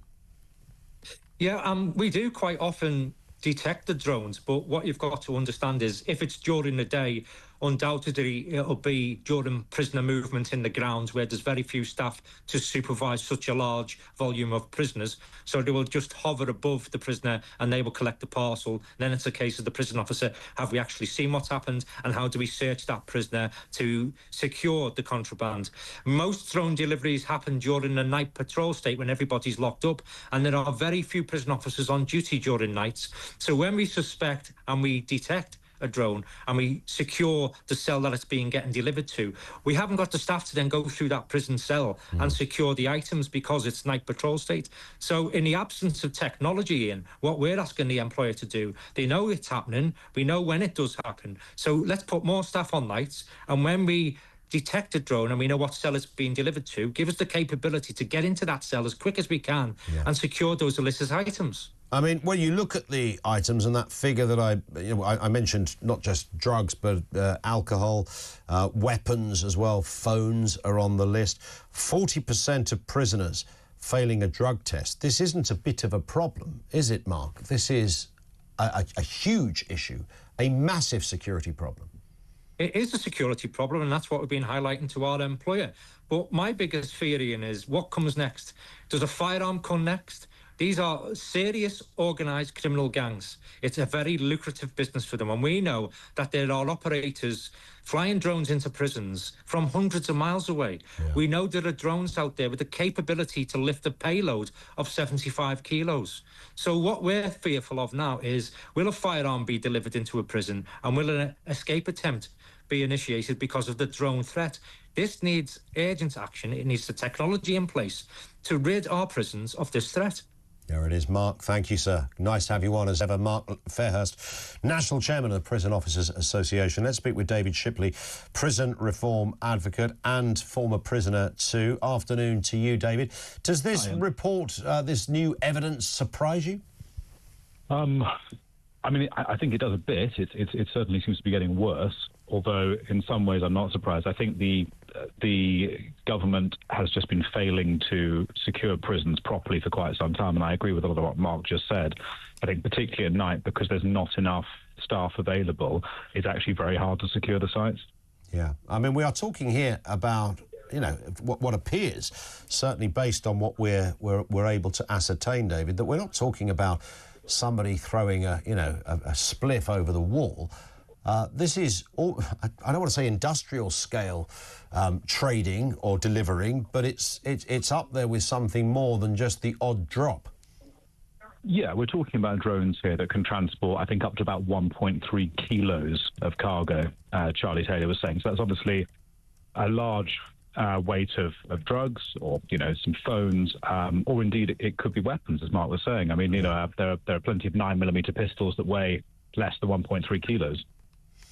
Does it surprise you that even allowing for the fact that, look, you could have the best security and somebody who's really hell-bent on getting something in, I'm sure stuff gets in prison because somebody literally throws it over a wall as well. I'm pretty sure that's happened quite a lot.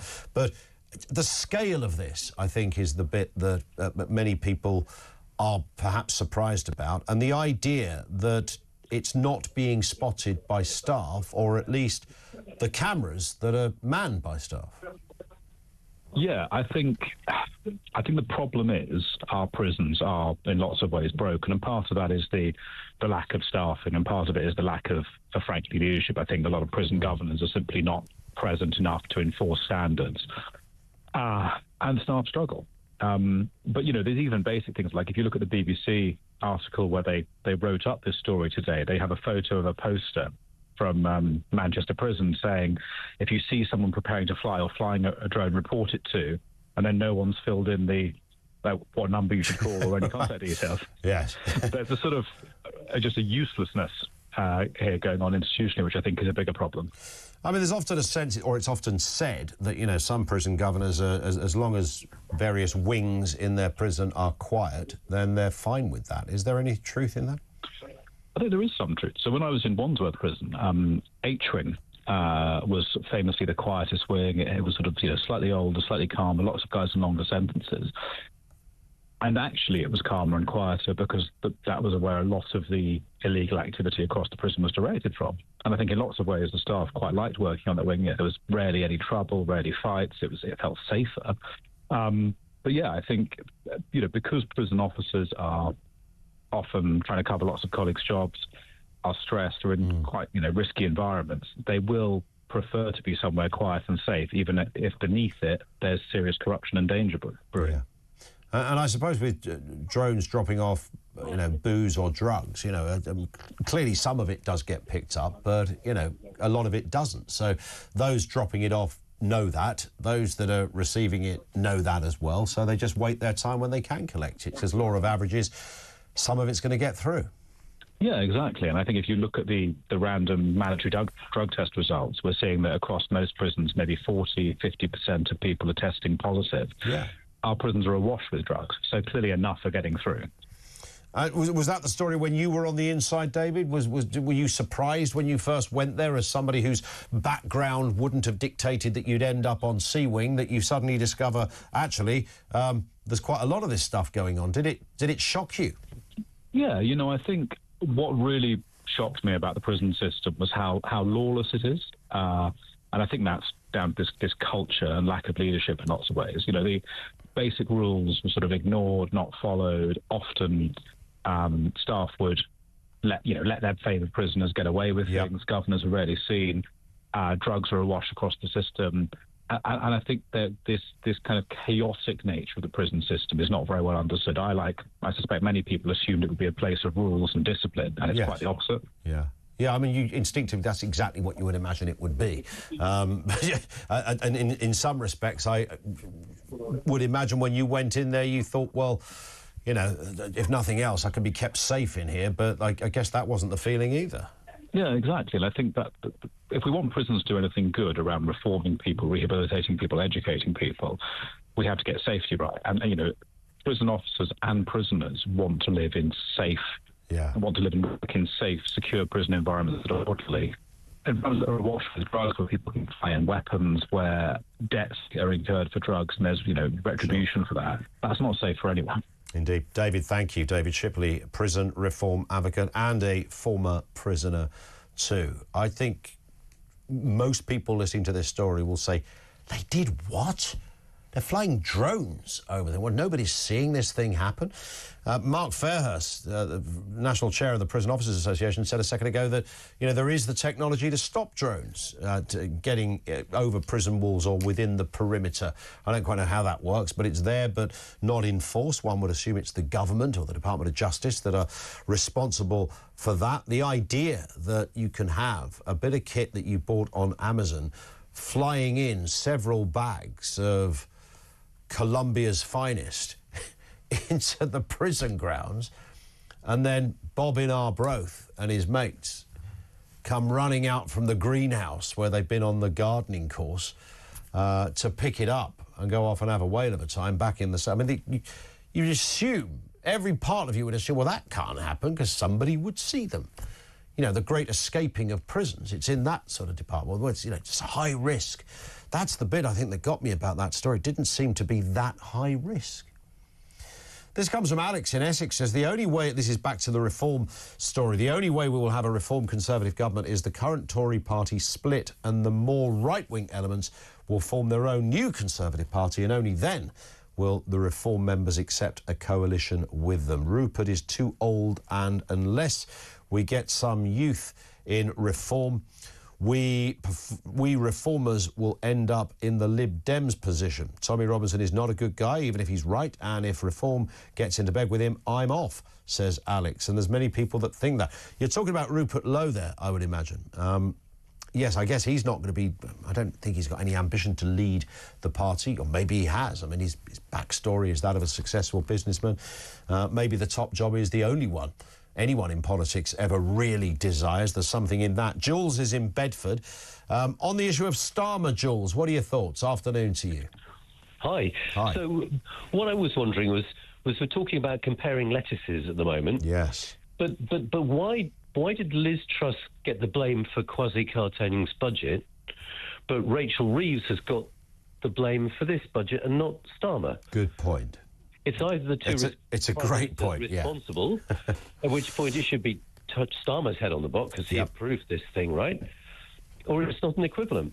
Indeed, and in fact, I'd go further, really. Media manipulation, really. Yeah, I mean, the idea that this is sort of Rachel's own personal philosophy that is played out is nonsense. I mean, this is a decision by the government, headed by Keir Starmer, headed by those advisors around Starmer. They will have as much, in fact, more say in things than Rachel Reeves would. Yeah. But you're absolutely right. She's the poster girl of the day, but Kwasi Kwarteng was not the poster boy of the day. Exactly. So, in other words, we're being told who the target is, who the fall guy is. Yeah. And it was Liz Truss, and now the fall guy is Rachel Reeves. Yes. But logically, it should be, if it's going to be the Prime Minister before, it should be the Prime Minister now. Do you think we mount a campaign, Justice for Rachel? Nah, let's throw it to the wolves. Yeah, absolutely right. Let's go lettuce bound. Listen, Jules, it's a great point.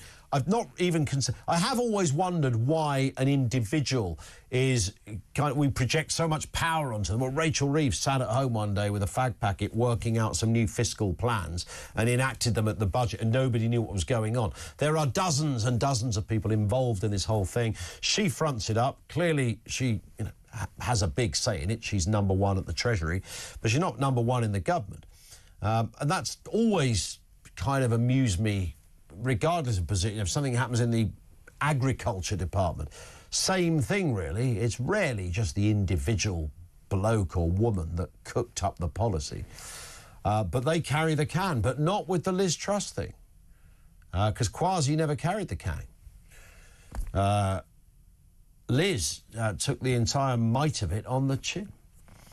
Mike says, what reform we need to be careful of is that they don't become a watered-down Tory party. Too many ex-Tories risk becoming a faction within reform, not what I would vote for. And there are some people sensing a little bit of that, and I think there was a interview that Nigel gave, was it on the Koonsberg interview? I can't remember now, about Shamima Begum, where he kind of, to be fair, he was reluctantly sort of echoing the words of an American politician who, I can't remember who it was now, that had said, look, countries sort of might have to take back their own people.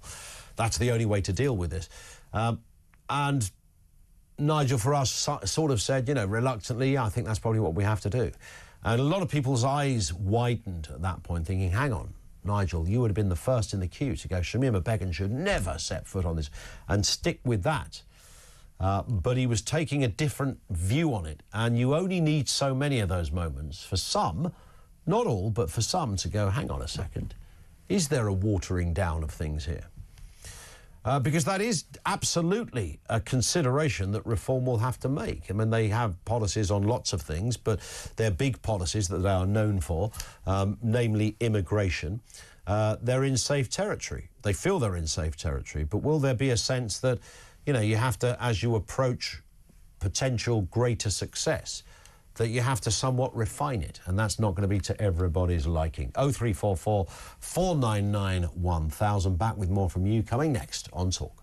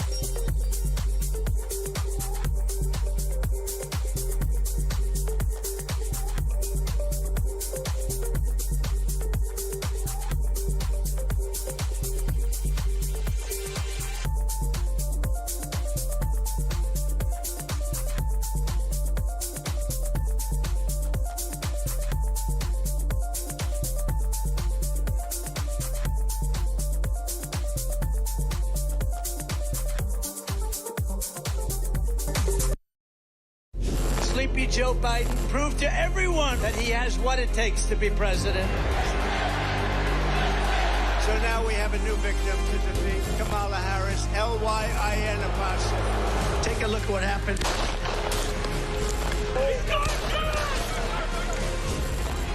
In Springfield, they're eating the dogs, the people that came in.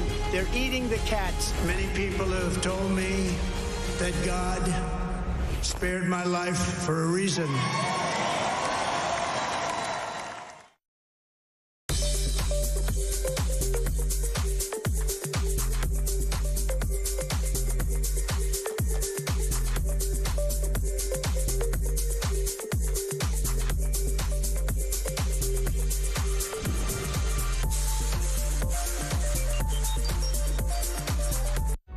Across the UK, on DAB+, on YouTube, on the app, on your mobile, the home of common sense. This is Talk. This from Bill in Romsey. I think the Conservatives will be the new Lib Dems.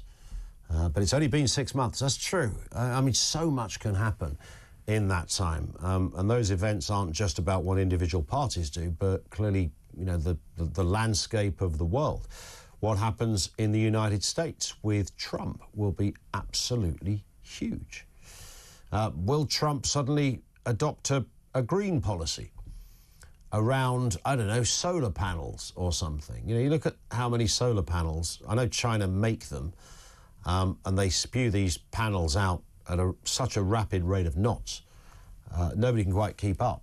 But they've planted or attached more of them. I think more solar panels in sort of solar panel farms, as they call them, you know, huge expanses, thousands and thousands of acres just full of panels. I think they've got more panels than the rest of the world put together. Is Trump going to leave it at that? Or will the solar panel be too much of a temptation for the comb-over king of Capitol Hill? This one comes in from Tad. Beware of born-again Tories, because in their hearts there lies deceit and duplicity. Reform should never entertain taking in Tory Liberal rejects who change with the wind, says Tad. Although, in fairness, most of Reform are former Tories, including Nigel Farage, of course. Matt's in Cheshire. What's happening, Matt? Afternoon to you. Hi, good afternoon, Ian. I'm not sure if you remember, in the last Parliament, we both said a majority of this size has not been overturned in 300 years. Yeah, absolutely. And it was. And it was. And it was. Yeah.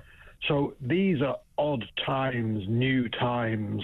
Completely. This government is much more repugnant and incompetent than the last. Yeah. And for me, I think what I'm hearing, it's all about betrayal. For both parties, you can only spit in somebody's face so often before they turn around and punch you in the chops. True. And both these parties have done that consistently to the British public for 30 years now. Do you think, Matt, just on that point, because you know, I wonder whether social media also plays a part in this, because everything is amplified, everything is reported, you know, stuff that you'd never have got to hear about is discussed, and then people discuss the discussion, then another group of people come along and start. So we incessantly, so are we projecting a lot of this onto the story ourselves? No, my dad's 75. He's online more than I am. Right, okay. So a lot of our older people are learning political awareness from sat in the front room with the wife, whereas in the past it was the domain of the teenager and the 20-something, wasn't it, the online world? Yeah. So I went to my first Reform meeting on Monday, and something is happening here. Last Monday, should I say. Yeah. It reminds me of pre-referendum. Yeah, it's got that sort of feel. What is the vibe, though, beyond... I know it's the obvious question that everybody puts to Reform, but beyond immigration, what is the sense that Reform would do to the country that needs to be done? Well, for one, he said from the beginning he's for the self-employed. who were completely betrayed during the pandemic. Yeah. He said business people.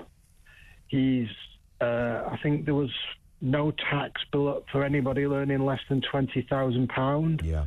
Which is attractive to sort of mothers and people who work part-time. All these things never get mentioned in the left-wing media because they're totally practical policies that will appeal to lots of people. Well, there's also, it's also worth saying, Matt, I mean, the £20,000 tax-free thing, you know, there's a lot of commentators have gone, that would almost be impossible, even though Reform have said, no, this is how we would do it, and I think they've done it on this show and talked about how they would. But there is a school of thought. But this might be the kind of uni-party thinking that immediately steps on, no, that's not doable, that's surely not doable. And Reform are going, actually, it is, and this is how. But there is a sense by some that you can say all that stuff in opposition, but when you really get your hands on the books, you can't do it. Who's more likely to know about accounting and bookkeeping, Ben Habib and Richard Tice, or Rachel Reeves and Jonathan Reynolds? You know, these people... Well, Rachel Reeves could argue that she is the only qualified accountant. Yeah, I mean... I mean, believe me, not one I'm about to give a job to, but I mean, she could legitimately say... We won't go into her performance. Yeah. I mean, the completely confected sort of, I'm a tough guy, I'm fighting back against the media with all the cronies behind her, including my MP. I mean, it's just this is just the most disingenuous bunch of people you've ever seen in your life. Why is it then? Why do you? Somebody, I was just trying to find the tweet, Matt, because it would have been relevant to this conversation. But somebody tweeted me earlier saying something on the lines of, "Do people not realise quite how right wing the Reform guys are?" And they cited, you know, Marjorie Taylor Greene, the American.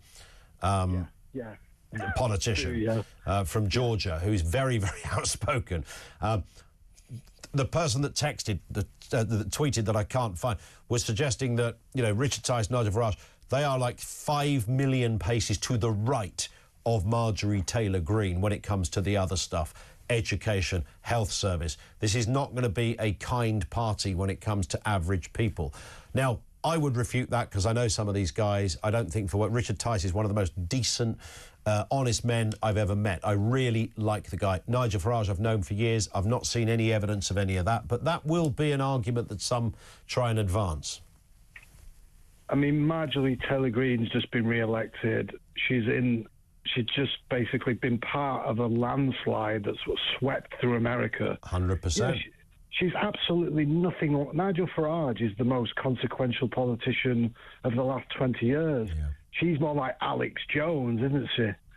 But she's just basically been re-elected. She is a bit like Alex Jones, actually. Yeah, she is bonkers, there's no doubt about it. But I think, you know, it is true. But even if Reform were a bit more right-wing on all of those issues, I think a lot of people go, well, so what? What's wrong with that? Nobody would be...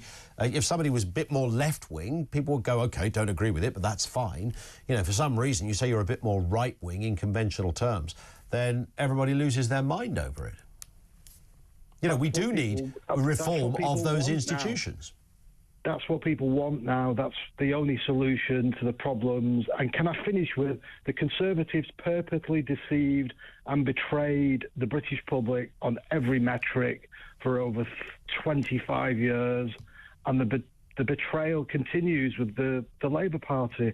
Reform are doing well because it's time, literally time for change. And if non-anoraks like myself had known, and yourself, had known that before this election that's just gone, I think more people would have voted Reform then as well. Yeah, I think you might be right. Listen, Matt, thank you. The critical question that some of you are getting in touch with is, but why are Reform the saviours? What is this based on?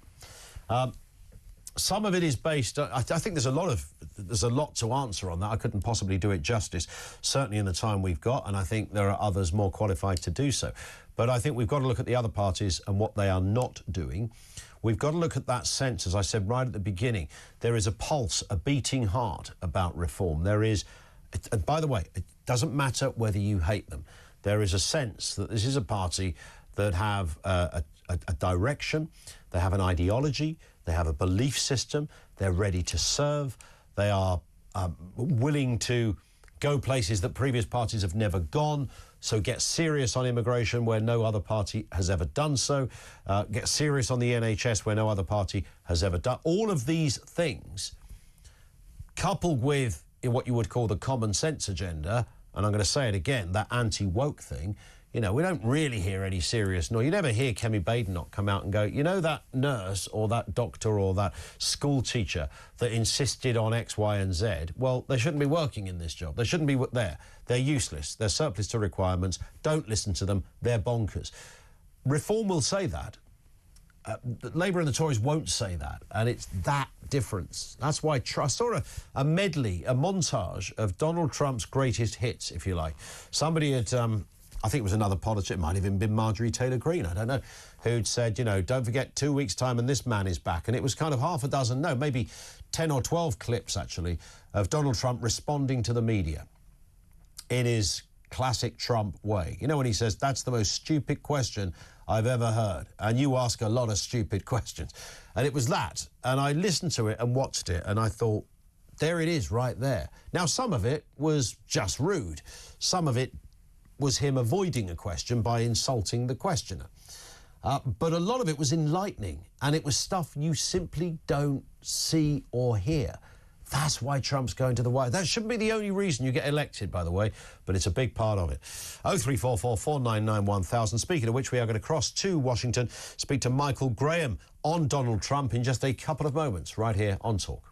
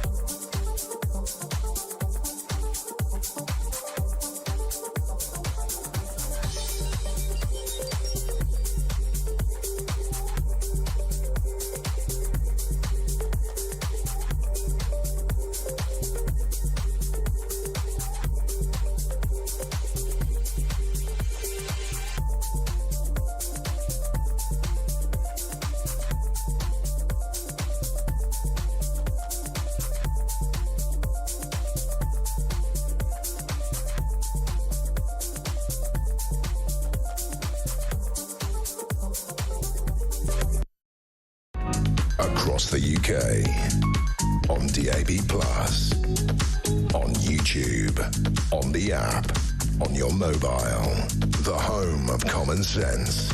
This is Talk. 2524 on Talk. Now, prosecutors say Donald Trump's re-election in November prevented any possible trial over what's been called a criminal effort to overturn the 2020 election result. This is a report by Special Counsel Jack Smith, found that the incoming president inspired his supporters to commit acts of physical violence. Mr. Trump said the official is deranged, as you would expect him to say. Meanwhile, outgoing US President Joe Biden says officials are on the brink of a deal in Gaza, including for the release of hostages and the delivery of aid. Let's speak to our friend Michael Graham, managing editor at Inside Sources, our man on Capitol Hill. Michael, good afternoon to you. Good afternoon to you, too. And congratulations to both President Trump and outgoing guy Hunter Biden. Hunter Biden got his pardon. Donald Trump got his collapse of his case, and they both of the final reports were released late last night, which seems like an odd coincidence, if you ask me. It's a bit strange, right? I mean, it's a bit strange. What about this whole area that I have heard a lot of Republicans who've said, look, a lot of the evidence that was being mounted against Donald Trump, whether it was about his business affairs, his carnal proclivities, his desires with multifarious other young women, etc. All of those things. Many things. A lot of this stuff was no pun, trumped up kind of charges against him. It was kind of very foggy and sketchy, and they were trying to build this evidence. But many of them have gone. But the Capitol Hill stuff back in 2020, that was a former president, current president for a bit after that, trying to interfere with an election, and that is the unforgivable bit. Is that a fair reflection of Republican views that you've heard? Well, Republican views have changed a lot since January 6th of 2020 because of the, what happened. Events change things. And so Biden's presidency was so bad. A lot of people who loathed Trump ended up voting for him because they were so upset by what was happening with Biden. But the consensus among a lot of Republican leaders and opinion leaders, op-ed writers and activists was President Trump deserved to be impeached by Congress for the riot at Capitol Hill, not because of like some legal beagle stuff, but just because, hey, America has we have the three branches of government system. We don't have yours. The president is a jerk. He cannot treat Congress this way. We're going to impeach him just because we're Congress. But that faded as the partisan fighting began. And what Jack Smith shows is the failures of what is called in the United States lawfare. That is trying to wage political warfare using the law. Jack Smith's own report. And this guy loathed Trump more than anybody, and he completely ran his case as a political operation trying to influence the election. He admitted we cannot have a credible charge of insurrection against Trump. It didn't happen. So the whole message was he's an insurrectionist, and there's their prosecutor. Well, you can call Trump an insurrectionist in the broad, look what he did that day, whipping those people up. He shouldn't have done it. That's a political matter. That's why it belonged in Congress. But going to court and saying the guy broke the federal insurrection law, can't do it. Going to court and saying Donald Trump, committed crimes as he tried to file lawsuits and whatever in other states challenging the delegates. It's a lot harder to convince a jury of a crime than it is to have a political conversation. Jack Smith's whole thing was politics. If he had stuck to the law, he would have dumped his case, gone after the documents case down in Florida when Trump had his bathroom full of, documents that he shouldn't have taken with him. That was the case. Of course, what killed that case? Finding Joe Biden's Corvette parked next to a bunch of those boxes, two boxes he'd had since he was in the U.S. Senate and had no right to have in the first place. What is it with those guys and papers? I mean, there's clearly a lot of big rooms over there in the White House. Hey, remember the Bill Clinton guy when Clinton was going out of office and he went to the archive because he knew there was some embarrassing stuff and he tucked the documents in his sock? He got caught stealing the document. Remember that guy from the 90s, I think it was? Sockgate, yes. As it will always be known. Look, I mean, this Jack Smith character, by the way, anybody called Jack Smith shouldn't be taken. I mean, you can't even check into a hotel with Jack Smith. They'd just tell you to get out, wouldn't they? No, we're not having that one, son. We know what your game is. Shouldn't be taken too seriously. But, of course, it's all too late anyway, and it's just going to look rather bitter, isn't it, on behalf of Mr. Smith and others who are still agitating for some legal action. Look, the old saw, the thing that Trump's allies kept telling him when he was at his most angry and vindictive was the ultimate revenge is success. And Trump succeeded in doing something that I didn't think he could do. A lot of people didn't think he could do, which is coming back from his poll numbers in January of 2020 when he really did do everything wrong if you're thinking about running for re-election again. And then in 2022, after that poor showing for Republicans, he launched his campaign the next week, and he had that terrible event down Mar-a-Lago. It was kind of lifeless, and he was lifeless. A lot of people thought he was done.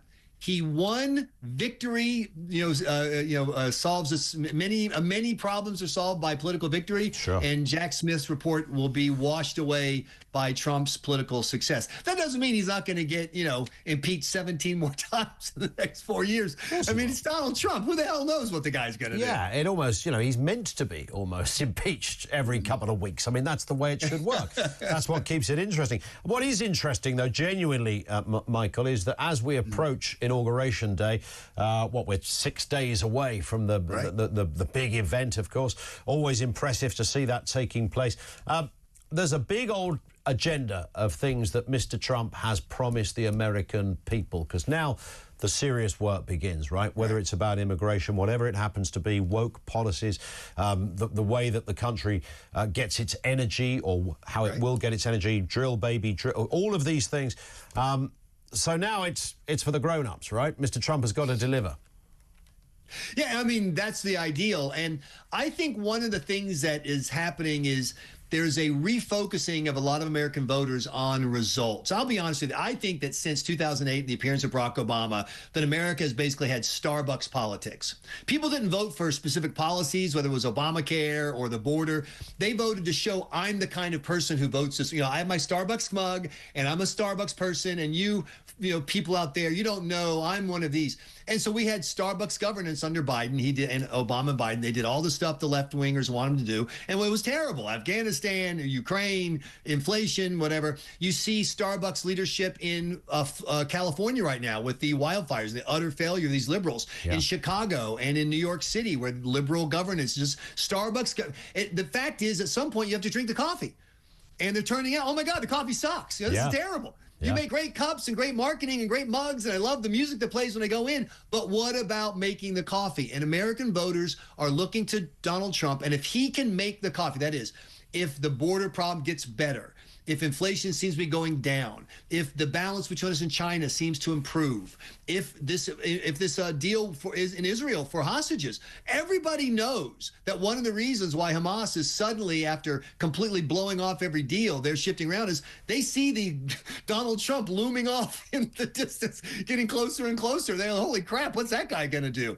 If results are better, I don't think people are going to go, hey, you promised a 100% secure border and it's only 80%. I think they're going to go, oh my gosh, it is 10 times better than it was a year ago. Sure. And if that happens, that will be very good for Donald Trump. Yeah. I mean, the difficulty is if he doesn't achieve all of this, Biden will run at the next election and then and he'll come back with some revenge. And this will just go on for decades, of course. Yeah. Not that either man has decades, but perhaps. But I mean, one legacy that Mr. Biden might like to see would be the releasing of hostages in Israel. Could this happen in the time frame that is left? 6 days? I mean, it could. Obviously, the Biden people are working as hard as they can, and now Trump's on board. Trump would love to have this either resolved or clearly on its way to being resolved. And because people are they're not going to remember the hours, the days, minutes.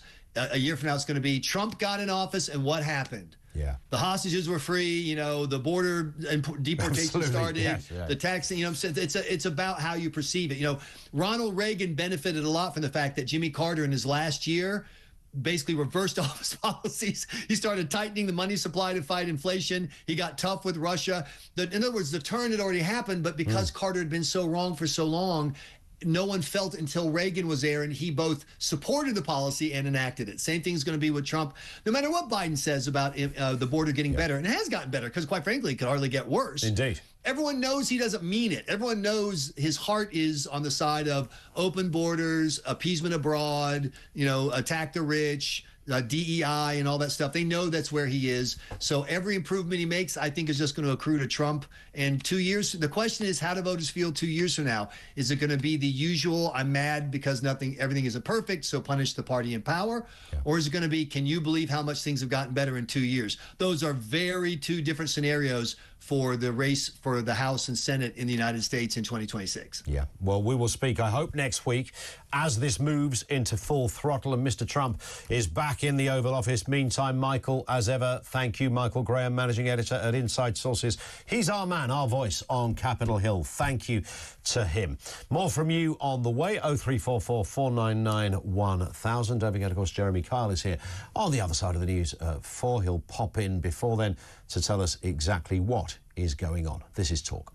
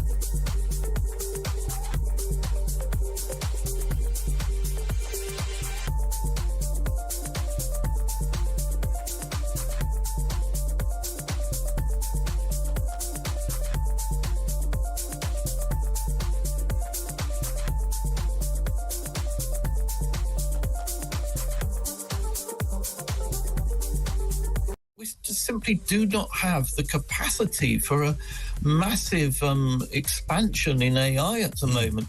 I mean, you take West London, for example, so many data centres being constructed there in recent years, and they've consumed so much of the capacity of the grid that housing developers have been told, well, sorry, that there's just no grid capacity for you to build new homes and won't be till 2035. Right.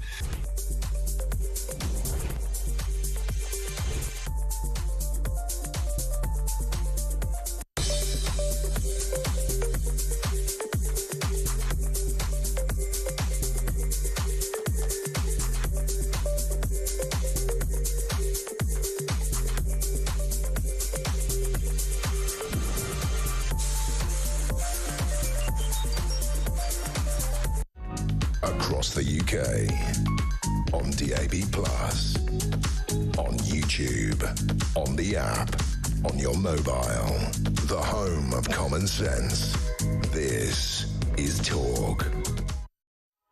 This one from John in Sutton, who says, reform are going from strength to strength. The Labour vote is starting to crumble. In no time at all, it will collapse. The Tories are slowly rotting away. Reform UK will form the next government, says John. And they might, of course. It's completely possible. 4 years is a long time. Danny in Silsden, West Yorkshire, says, I think when the time comes, Nigel must give all Reform members the vote on whether to come to an arrangement with the Conservatives. Me personally wouldn't like this, but I would vote for it because I couldn't imagine the colossal damage that Keir Starmer would do in 10 years. There it is. Derek's in Milton Keynes. On this point, Derek, what have you got for us? Afternoon to you. Good afternoon, and is it Ian I'm talking to? It is Ian, yes, you're live on air. What are your thoughts? Well, I responded to your thing about Nigel on the website this morning. Yeah. And has he got any chance of getting in? I think he's got an extremely good chance. Okay. The thing that's prompted me be more confident now is the fact that the two main parties are doing their utmost to avoid the local elections because they know what would happen. Yeah. I also said to your colleague, the only way it's going to work, in my opinion, is if he can get people like Jacob Rees-Mogg to join. You know, he needs people with his experience. Yeah. You know, if he can get some well-known names like Jacob on board. That wouldn't surprise me at all. And I know Rees-Mogg comes from a long line of distinguished conservative thinkers, and he might feel a sort of betrayal going off with another party. However, I get where you're coming from. But, yeah, but you could be right, because it needs if he has those kind of characters, if a Suella Braverman and Rees-Mogg, Robert Jenrick, these kind of people hop over the fence, and believe me, these talks are happening with maybe not those specific people, but I wouldn't rule it out, by the way, but certainly people in that vein that you're describing. I think that would be the game changer, right? Oh, Derek, your line we lost, but thank you anyway. Jenny in Oxfordshire, reform is the only way Labour will get a second term, by splitting the right vote. You cannot go from 5 seats to a majority. It's just not possible. Test it in Wales. If Reform can win the Welsh Assembly and form a government there. And I know they've got some eyes on Wales at the moment. Smudge in Swindon says any landlords who are stubborn themselves to this socialist attempt to stifle dissent will be the first to whinge as their customers reject them. There needs to be some serious pushback against this Stasi-like regulation. That was about the idea that you could find yourself getting collared or nicked or kicked out of a pub because you happen to say the wrong thing and upset someone who works behind the bar. Oh, diddums. Gary says, back in 2016, one of London's best-known nightclubs, Fabric, was permanently closed by the local Labour-run council because there was an issue with customers smuggling drugs into it. Ironic, isn't it, how authorities are willing to close down nightclubs because the management can't keep drugs out when they themselves can't keep drugs out of prisons, which should be just about the most secure building in the country. You might think so. This will be Chris down in London. What have you got for us? Chris, afternoon to you. Afternoon, Ian. Just quickly, come from 3 generations of Conservatives. Yep. Business owners, work hard, pull themselves up. Lost it with the Conservatives completely. Sure. Have always admired Nigel for trying to get us out of Europe and then actually managing it. Got it. Had a lot of time for him. Didn't like the way he kept throwing Tommy Robinson under the bus. I'm no fan of Tommy's. Did he throw him under the bus, or did he just say, no, he's not the kind of guy we want in our party? I mean, he's allowed to say that, isn't he? Of course he is, but he said it in such a disparaging way. Yeah. And he never gave him any credit for, which I would have done. I would have said, well, he's not for us, but I do appreciate what he's done for bringing the issue to the fore. Or helping him bring him. But regardless of that, can Reform do it at the next election? Well, hang on a minute. I joined Reform when there were 40,000 members. Yeah. And I wrote to all the members of all the MPs of Reform when they were busy when Tice called us that lot. And because I felt pretty put out and I felt bad about it. Mm-hmm. And then I wrote to them all to ask them to, tell them what I thought. Yep. Never got a response from any of them. And then Nigel said, we've got to think about bringing Shamina back. And that was the end of it for me. I'm afraid now I rescinded my membership. And you're now a Lib Dem, is that right, Chris? No, I told Nigel to put the £25 where the sun don't shine. Okay. And I will wait and see what happens as we go forward. I will still go back to Reform. So you stand to be convinced that it could turn it around again, but you made your own stand. Listen, Chris, thank you for that. Chris down in London gets the final word. Jeremy Kyle's here. Oh, the other side. Chris down in London, or Chris is down in London? Chris is down there in London. But we're in London, so... No, we're not, though, are we? Well, where are we, then? In the magical world of radio. Oh, we're in a nondescript place. Oh, very Labour. So Reform... We're in Reykjavik. How old are you? 26. No, I'm being serious. You never do this. Why? What have Reform done? Because I think this is really important, this poll last night, because I think for the first time in my life, when I read that, I thought, this is no longer a two-party system. Yeah. There's definitely going to be a coalition government. There's no doubt about that. But you suddenly got a party that's running the same as Labour and more than Conservatives. So you could be looking at 3 parties getting 200 seats each. This is that would be insane. I thought, what's the best thing we could do? We'll get the deputy leader on, Richard Tice, first guest this afternoon. What would a coalition look like? It's not going to be Labour and Reform, is it? Or Labour and the Tories? It'd be the Tories and Reform, wouldn't it? Well, it would. And if Reform get more, would Reform go with the Tories? Who would be the Prime Minister? Nigel Farage? Who would be the Chancellor of the Exchequer?